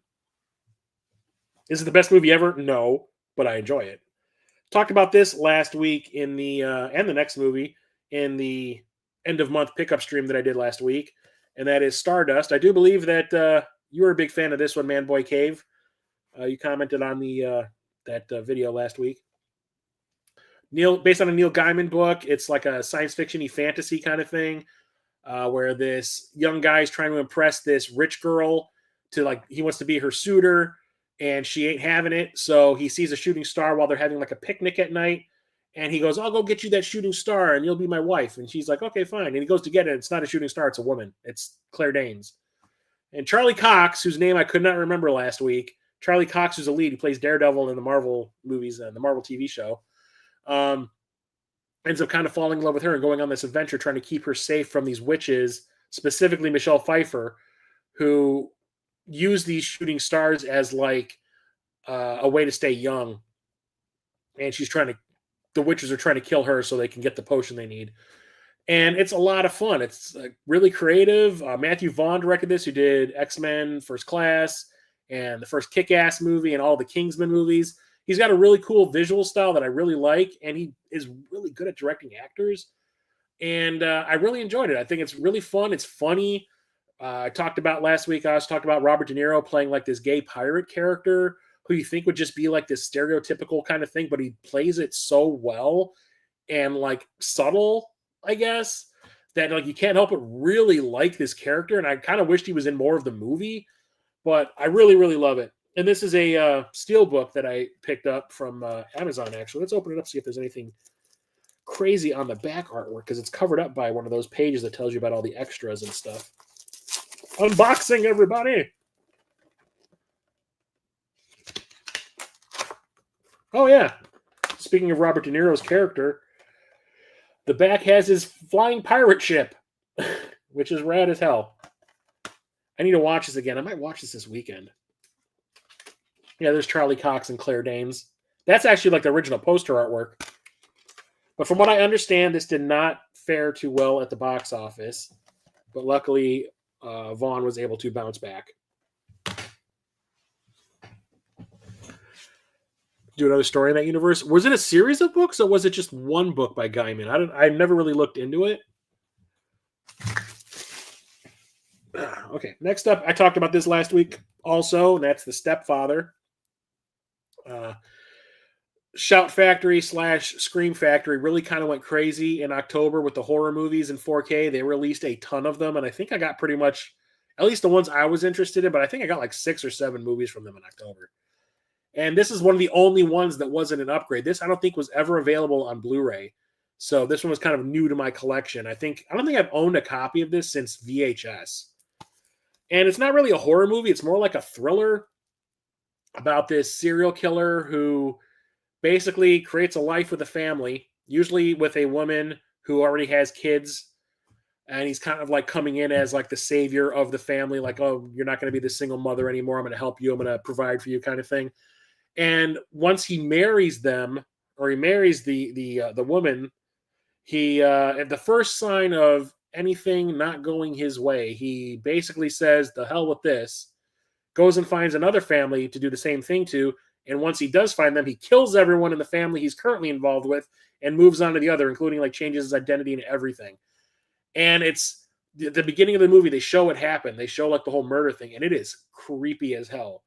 But it's really effective, and it's all now. The movie basically focuses on this new family that he's infiltrated, and the daughter is one of those teenagers who's like, "You're not my dad," kind of thing. Eventually, he does marry the mother, and the moment she starts giving him the toot, he's like, "Yeah, I don't need this. I need to find someone else," and kind of goes after the family, and it kind of turns on him. Really well made. Terry O'Quinn plays the villain in it. Terry O'Quinn, you might know from Lost. He is fantastic in this. I think it was the first time I'd ever seen him in a leading role. I remember seeing him in a bunch of little roles in other movies, but this is the first time as like the lead in a film. And he is creepy as hell. And that "who am I here" is like the thing that he says to himself when he realizes that it's not working anymore.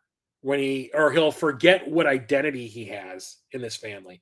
Because there's one point where someone says his name and he doesn't answer, and he kind of goes like, "Who am I here?" Like trying to remember who he is, and it's really well made. It's directed by the same guy who directed Sleeping with the Enemy that I talked about earlier in the stream.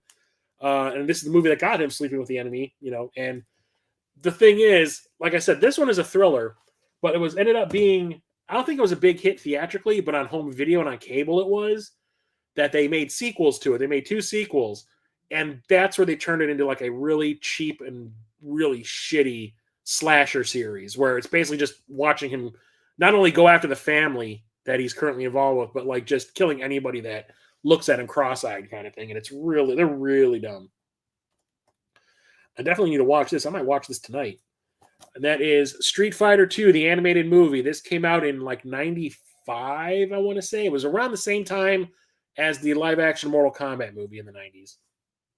And it came out, I talked about this, I think, in an earlier stream, like one of the film collection streams, but this came out in 2 different versions on home video. It was not released theatrically here. It came out straight to video, but I guess it came out theatrically in Japan. And there were 2 cuts of this available when it came out on VHS. There was like a PG-13 cut and the unrated cut. And my boss, I was working at that video store at the time, and my boss went to, I think it was Sam's Club, and bought the PG-13 version. And I remember I had not watched it yet. I remember people coming back and saying like, that was really lame. And I was like, well, I don't know. I can't comment on it. I haven't seen it yet, but okay, whatever. I guess I'll skip it. And then I remember I went to what was it? It was a record store. Damn it. There's like this big chain of record stores out here, and I cannot remember the name of it. Tower Records. And they had the unrated cut on VHS, and it was only like $15. So I bought it with my own money, brought it to the video store I worked at. My boss paid me back. I put it on the floor, and everyone that I knew that had rented the PG-13 version, I'm like, well, we have the unrated cut now, so maybe you should check that out and see if it's different. People will come back going, now that was rad. So one day I'm working the late shift, and back then we were open until I think 1 a.m. because we had a porn section. And I put it on in the store after, like, we would normally close at like 10. So after 10 was when I would be like, I'm putting on R-rated movies in the store. No kid is going to be coming in after that point. So I put it on in the store, and I remember just standing there and watching it and going like, this is freaking awesome. And then this one fight scene happens between Chun-Li and Vega. And they play this song by KMFDM over the fight, like in Mortal Kombat, like where they were playing those techno-y rock songs over the fight scenes in the original Mortal Kombat movie. They did the same thing here, but there was like a Korn song they used in this. There's a whole bunch of stuff like that. There's a Alice in Chains song they play, but they play this one specific KMFDM song called Ultra over this fight scene between Chun-Li and Vega. And I lost my fucking mind in that video store. I remember I walked away from the counter and was standing underneath the television that was hanging from the ceiling, and I was like this.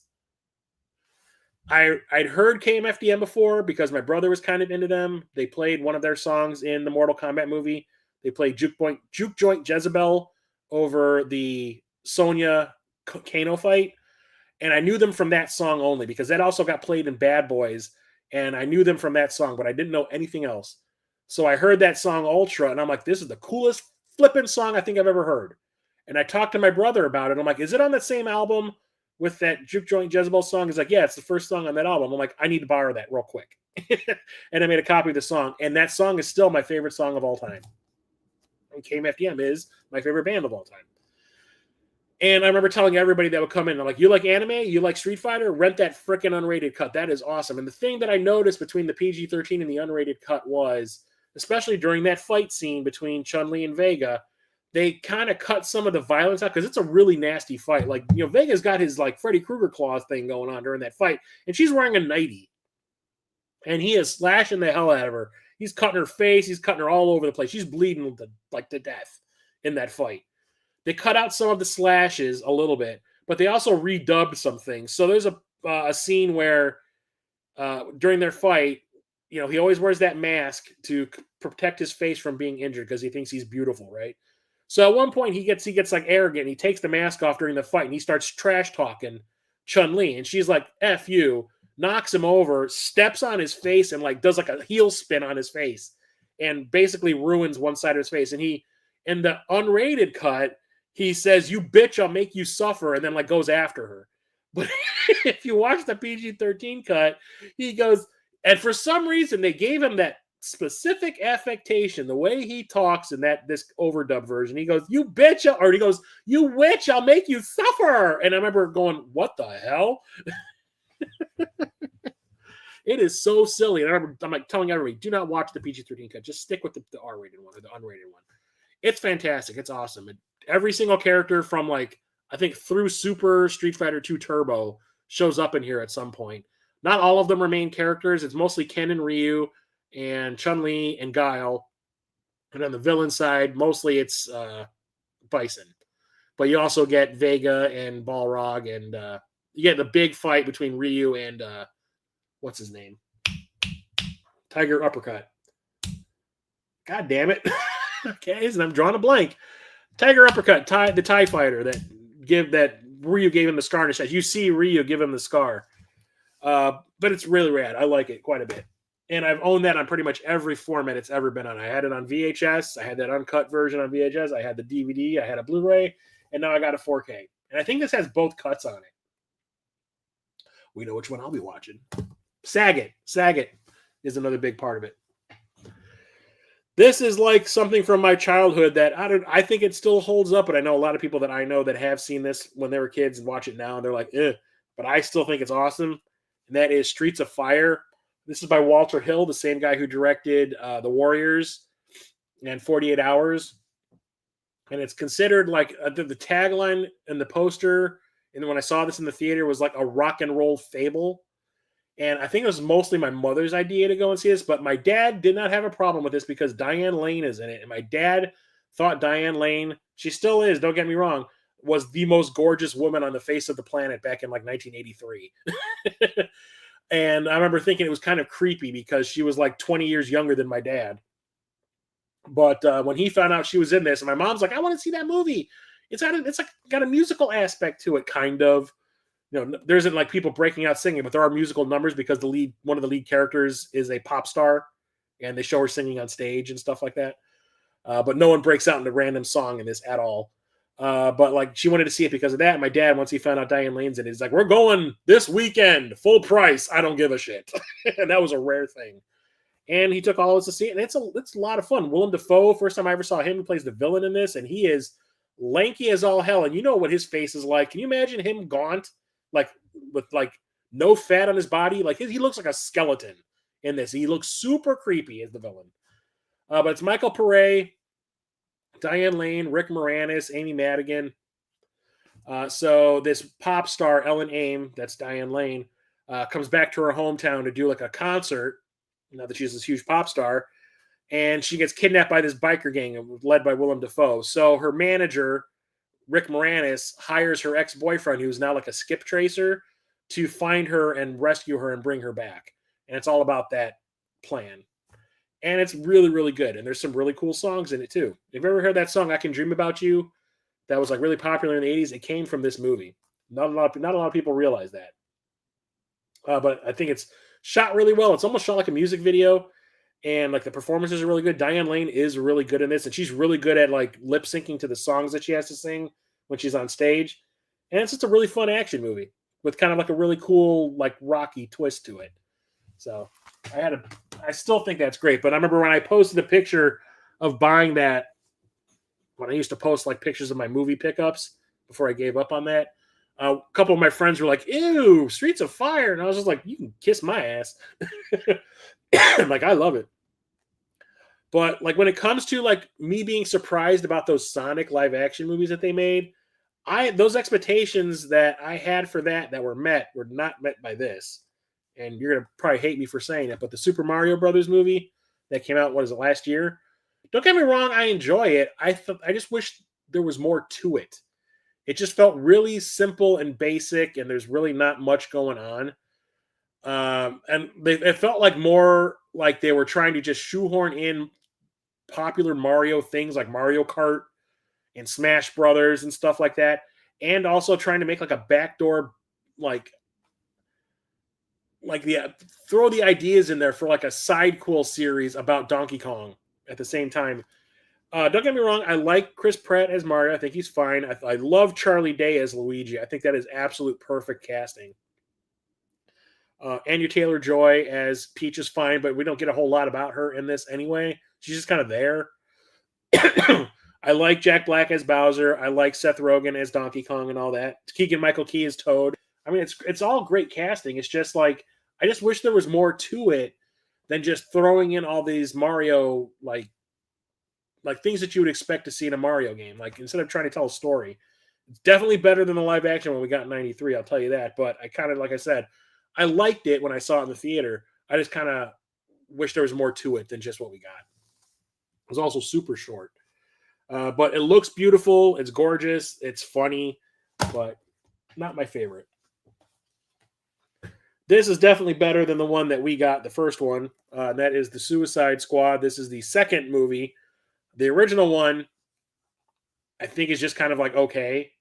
Even the unrated cut is just kind of like okay. I wish we would get like the David Ayer cut that they've been trying to do, like with getting the Snyder cut of Justice League, and we got that. There's been like this movement to try to get the original cut where like the Joker is actually a big part of the movie instead of like just getting left on the cutting room floor. Not that I really want to see more of the Jared Leto Joker, but I would like to see what the original idea behind that movie was. But what we got was not great, which is why I was surprised that they greenlit like a sequel / backdoor reboot to it. But the original Suicide Squad made a lot of money, so of course they were not going to pass this up. And they got James Gunn to come over from Marvel to do this. The only thing was they released it like right after the COVID restrictions lifted, and nobody wanted to go to the movie theaters, and this bombed hard. But they still thought that he made a great movie over at DC, so they gave him the rights to, or the reins to, everything DC now. But this one is definitely more entertaining than the one we got first. It's a great cast. You got Idris Elba, John Cena, who I think is definitely a better actor than The Rock. Joel Kinnaman came back from the first one. You got Margot Robbie killing it again as freaking Harley Quinn. If there's one thing I hope that James Gunn keeps from this DC universe thing that is now dead in his new universe of movies is Margot Robbie as Harley Quinn. You will never find a more perfect actress for that character. Sylvester Stallone plays King Shark, and I love King Shark, especially on the Harley Quinn animated series that's on Max. That's like my favorite like villain type character because he's so funny on that show. But this one is just a lot of fun. It deals with the whole Starro thing. That was what was it called? Superman. Oh, right here, right in my face. Superman Man of Tomorrow. No, that was the one of the Justice League movies. Sorry. The whole Starro thing from this gets reused in one of those animated animated DC films that go direct to video. They reuse that whole storyline there. And I'm starting to lose focus. I'm so freaking hungry and tired. Great movie. Saw it with a couple of friends opening weekend, and we were one of maybe 6 people in that entire auditorium watching it. But we had a great time. I think it's a lot of fun. And it was really fun to see. Basically, it's Guardians of the Galaxy, but it's R-rated, which I thought was another cool thing that Disney, or I keep on calling Disney, that DC was willing to do was make an R-rated. They made the R-rated movies before. No, they didn't, because, well, Marvel wasn't. That was Fox that made Logan. So, yeah, Disney had not made an R-rated movie yet. The first one was Deadpool and Wolverine. But DC did it before them, and I think they did it well. This isn't the Starro one, is it? No, this is one that deals with Parasite. So this is one of those DC animated direct-to-video movies that I have like a million of. Superman Man of Tomorrow. This one's okay. It deals with Parasite.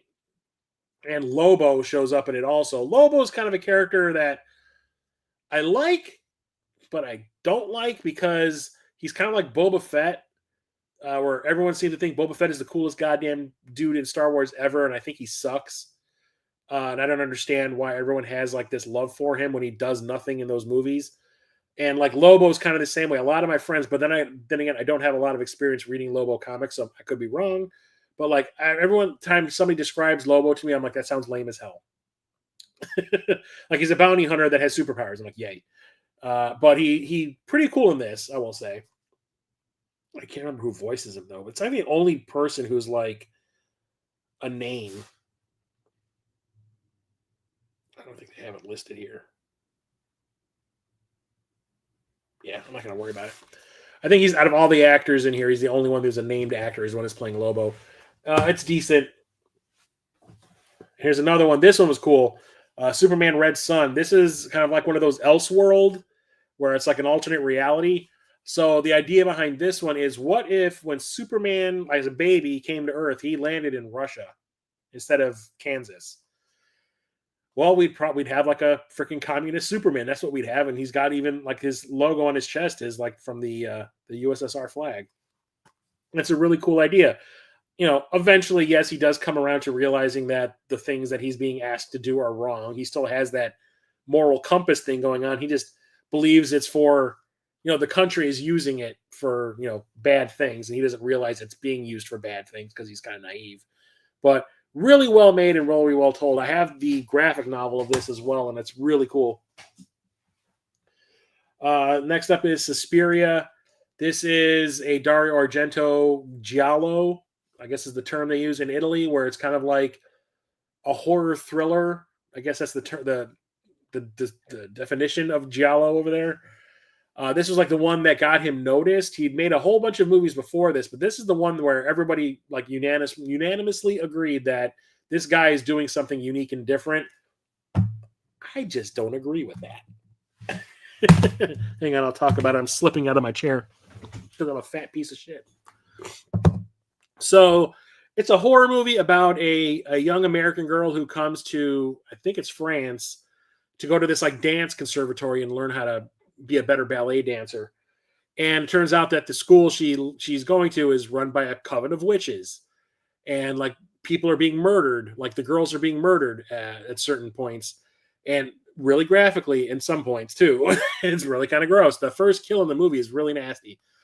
And she uncovers, this dancer from America uncovers the coven and, basically ruins their plans. But the thing is, I know a lot of people. I know one dude that I'm a friend with that thinks this is like his favorite horror movie of all time. I watch it and I immediately get bored. When it's not doing the death scene stuff, it is like watching a high school play or like a middle school play. The drama between all the dancers amongst themselves is like the cattiest shit you can ever imagine. Terrible acting. A lot of them are Italian actors who are being dubbed over in English badly. And it's just like not interesting at all. Like I don't care about any of this stuff. And I just end up fast forwarding to the next like murder scene because at least there's something going on there. Not that I want to see people get murdered and all that, but I mean it's like at least there's something happening.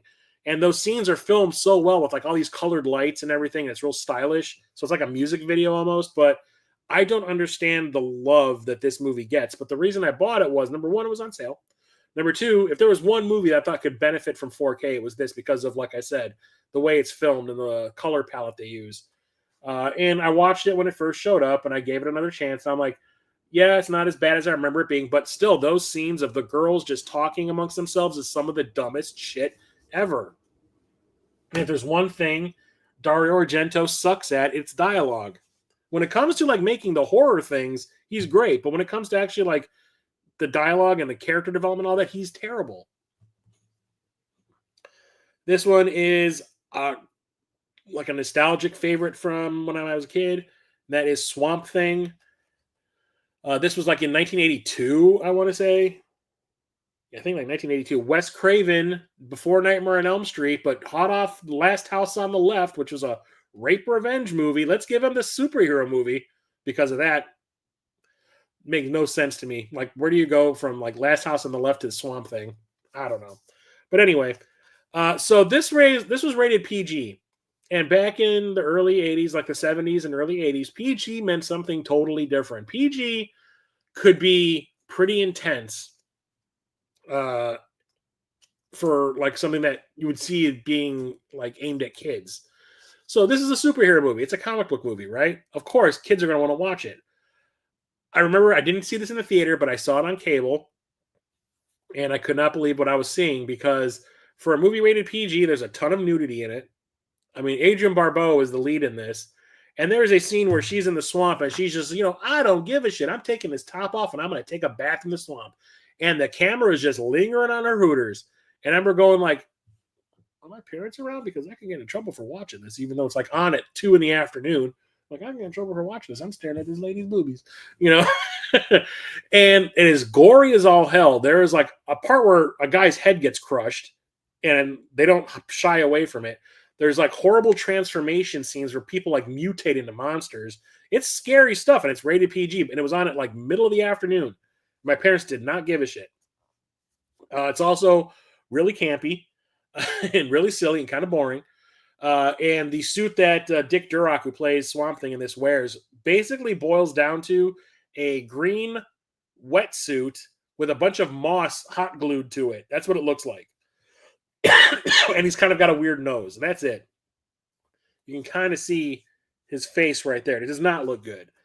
Luckily, in the second film, they went completely all out and gave him a totally new suit. It looks rad. Just the movie that it's in isn't that great. This is, like I said, a nostalgic movie for me. I used to watch this all the time. Every time it was on cable, I would see it because I wanted to see them titties. Watching it now, it doesn't quite hold up. We watched it for my podcast. The movie is starting. And like the three of us, it was me, my co-host Jeremiah, and our guest was our friend Jason, who's like a horror movie aficionado. He owns a coffee shop in Chicago that is horror themed called The Brood. Like the horror movie The Brood, Brood, but it's spelled Brewed. And they sell Blu-rays and 4Ks in the shop too.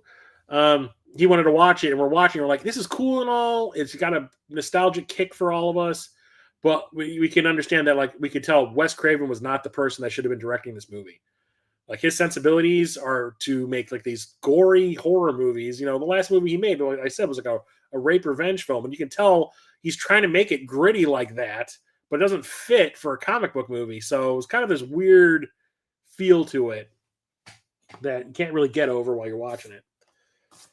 And the last movie I'm going to talk about tonight is The Sword and the Sorcerer. This is another one that we went and saw in the drive-in, and I probably should never have seen it, but my mom wanted to see it because she has a huge crush on the lead here, a guy named Lee Horsley, who I think was on like Dallas or some show she used to watch back in the the late 70s and early 80s. I don't remember what exactly it was, but I just remember her going like, Lee Horsley, Lee Horsley. Mm-mm. So we went and saw it at the drive-in, and my parents were like, oh, fantasy movie like Conan. It's not going to be that bad, even though it is R-rated. See where I'm going with this? My parents kept on taking me and my brother. I think my brother was probably like 1 year old when this came out. To see movies at the drive-in that we probably should never have seen, like Heavy Metal and The Terminator and stuff like that. And I remember watching this at the theater, and the first thing that happens in the movie is this evil, there's this kingdom that is super respected in this realm in this movie, right? There's this guy who wants to take it over, and he can't do it because his armies are weaker compared to the king. So he goes and resurrects this demon to give his soldiers more power so they can take out that king and his forces. And when they resurrect this demon at the beginning of the movie, not only is the tomb that he's encased in covered with faces of people that come to life and scream while dripping blood out of every orifice of their face, but the guy is sleeping in a giant pool of blood, and he is nightmarish looking. You can kind of see, I don't know, they show a picture. Yeah, you can kind of see Zuzia, I think his name is right here, played by Richard Mall, who was like Bull on Night Court. And the witch that resurrects him licks all the blood off of his body. And then, as a show of his power, he rips her heart out from across the room. Like she's on the other side of the room, and he just rips it out with his magical powers. And you see it burst out of her chest and land in his hand, and he looks at it and it's just gush of blood. And this is the first 5 minutes of the movie, and I remember looking at my parents going what the hell did you get me into here?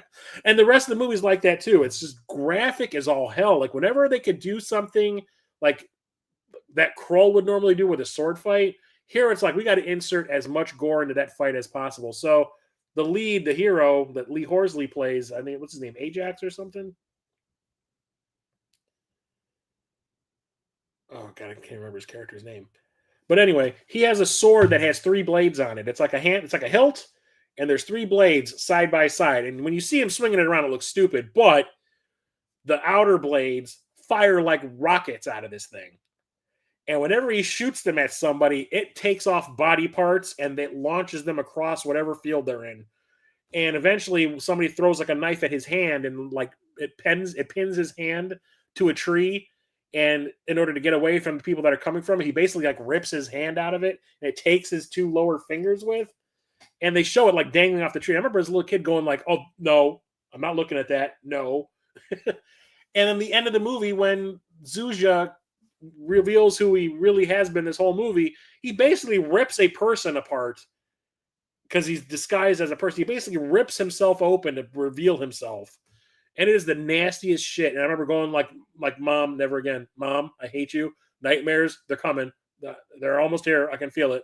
And it's just nightmare fuel for a little kid. Watching it as an adult, and you're it's all right. It still has a nostalgic feel for me because I remember a movie I should never have seen ever as a kid. But because I was able to sit through it and not throw up or hide at the drive-in, when my parents made a copy of it on VHS and we watched it, I was allowed to watch it because I've already seen it. So, first time I've owned this since I think a VHS. I don't know if this came out on DVD. I don't recall. Definitely did not come out on Blu-ray. So when they announced this in 4K, I immediately pre-ordered it from Shout Factory themselves so I can get a copy of it. And it came with a poster that I can hang up of this image of the original poster art, which I think is pretty rad. Looks like a Conan book cover. But is it great? No. But every single time I have a bad movie night with friends, like when I went to Rocket Sauce's house, was it 2 years ago for the Midlife? I cannot talk. The Midwest Gaming Classic. This was the Midwest Gaming Classic in 2022. No, 2023. Yeah, it was last year when Church was there. We watched it for the bad movie night we had after the convention. And then we watched it again. Oh, God. Did I show this to Deichler? I can't remember. I showed this to somebody else. We had another bad movie night, and we played it there, too. And everybody seems to like it. They're like, it's kind of shitty, but it's kind of cool at the same time. So that's it for the S's. Hopefully next week I'll be lucid enough to be able to talk and make complete sentences. But I need to get something to eat, get something to drink, and take a nap. I feel dead on my feet. I cannot focus at all right now. I'm so tired. But thank you for coming and hanging out with me tonight. Even though I'm tired as all hell, I had a good time discussing these movies and making absolutely no sense while I'm talking about them. So I will be back next Thursday. Hopefully I'll have something Photoshop related back on my computer so I can make a proper thumbnail again. So I'll be back next Thursday, 8:30 p.m. Central, with the next film collection live stream. That'll be the letter T, because it's another letter in the alphabet that I have a ton of movies in like this. This is just S. And that's usually what I have for 3 different letters of the alphabet. But I'll be back 8:30 p.m. Central next week, Thursday. Hope to see you then also. And I will also have a new episode of my podcast, the Movie, starting out on that channel. That's at the Movie is starting, SHH for Sh. And that will be, I do believe, Leprechaun 5 or Leprechaun in the Hood. So thank you for coming and hanging out with me. Like I said before, I will talk to you all later. Stay safe out there. Have a good evening. Chris of Midlife Crisis Media out.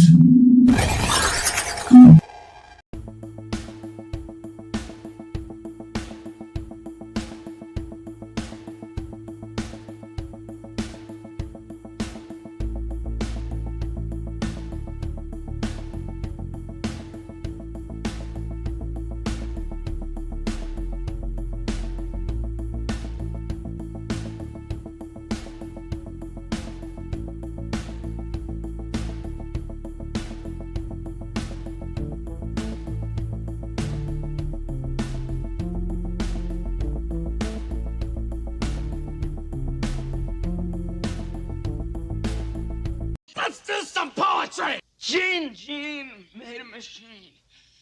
And Jojo made it go. I blew a fart and blew the whole damn thing apart.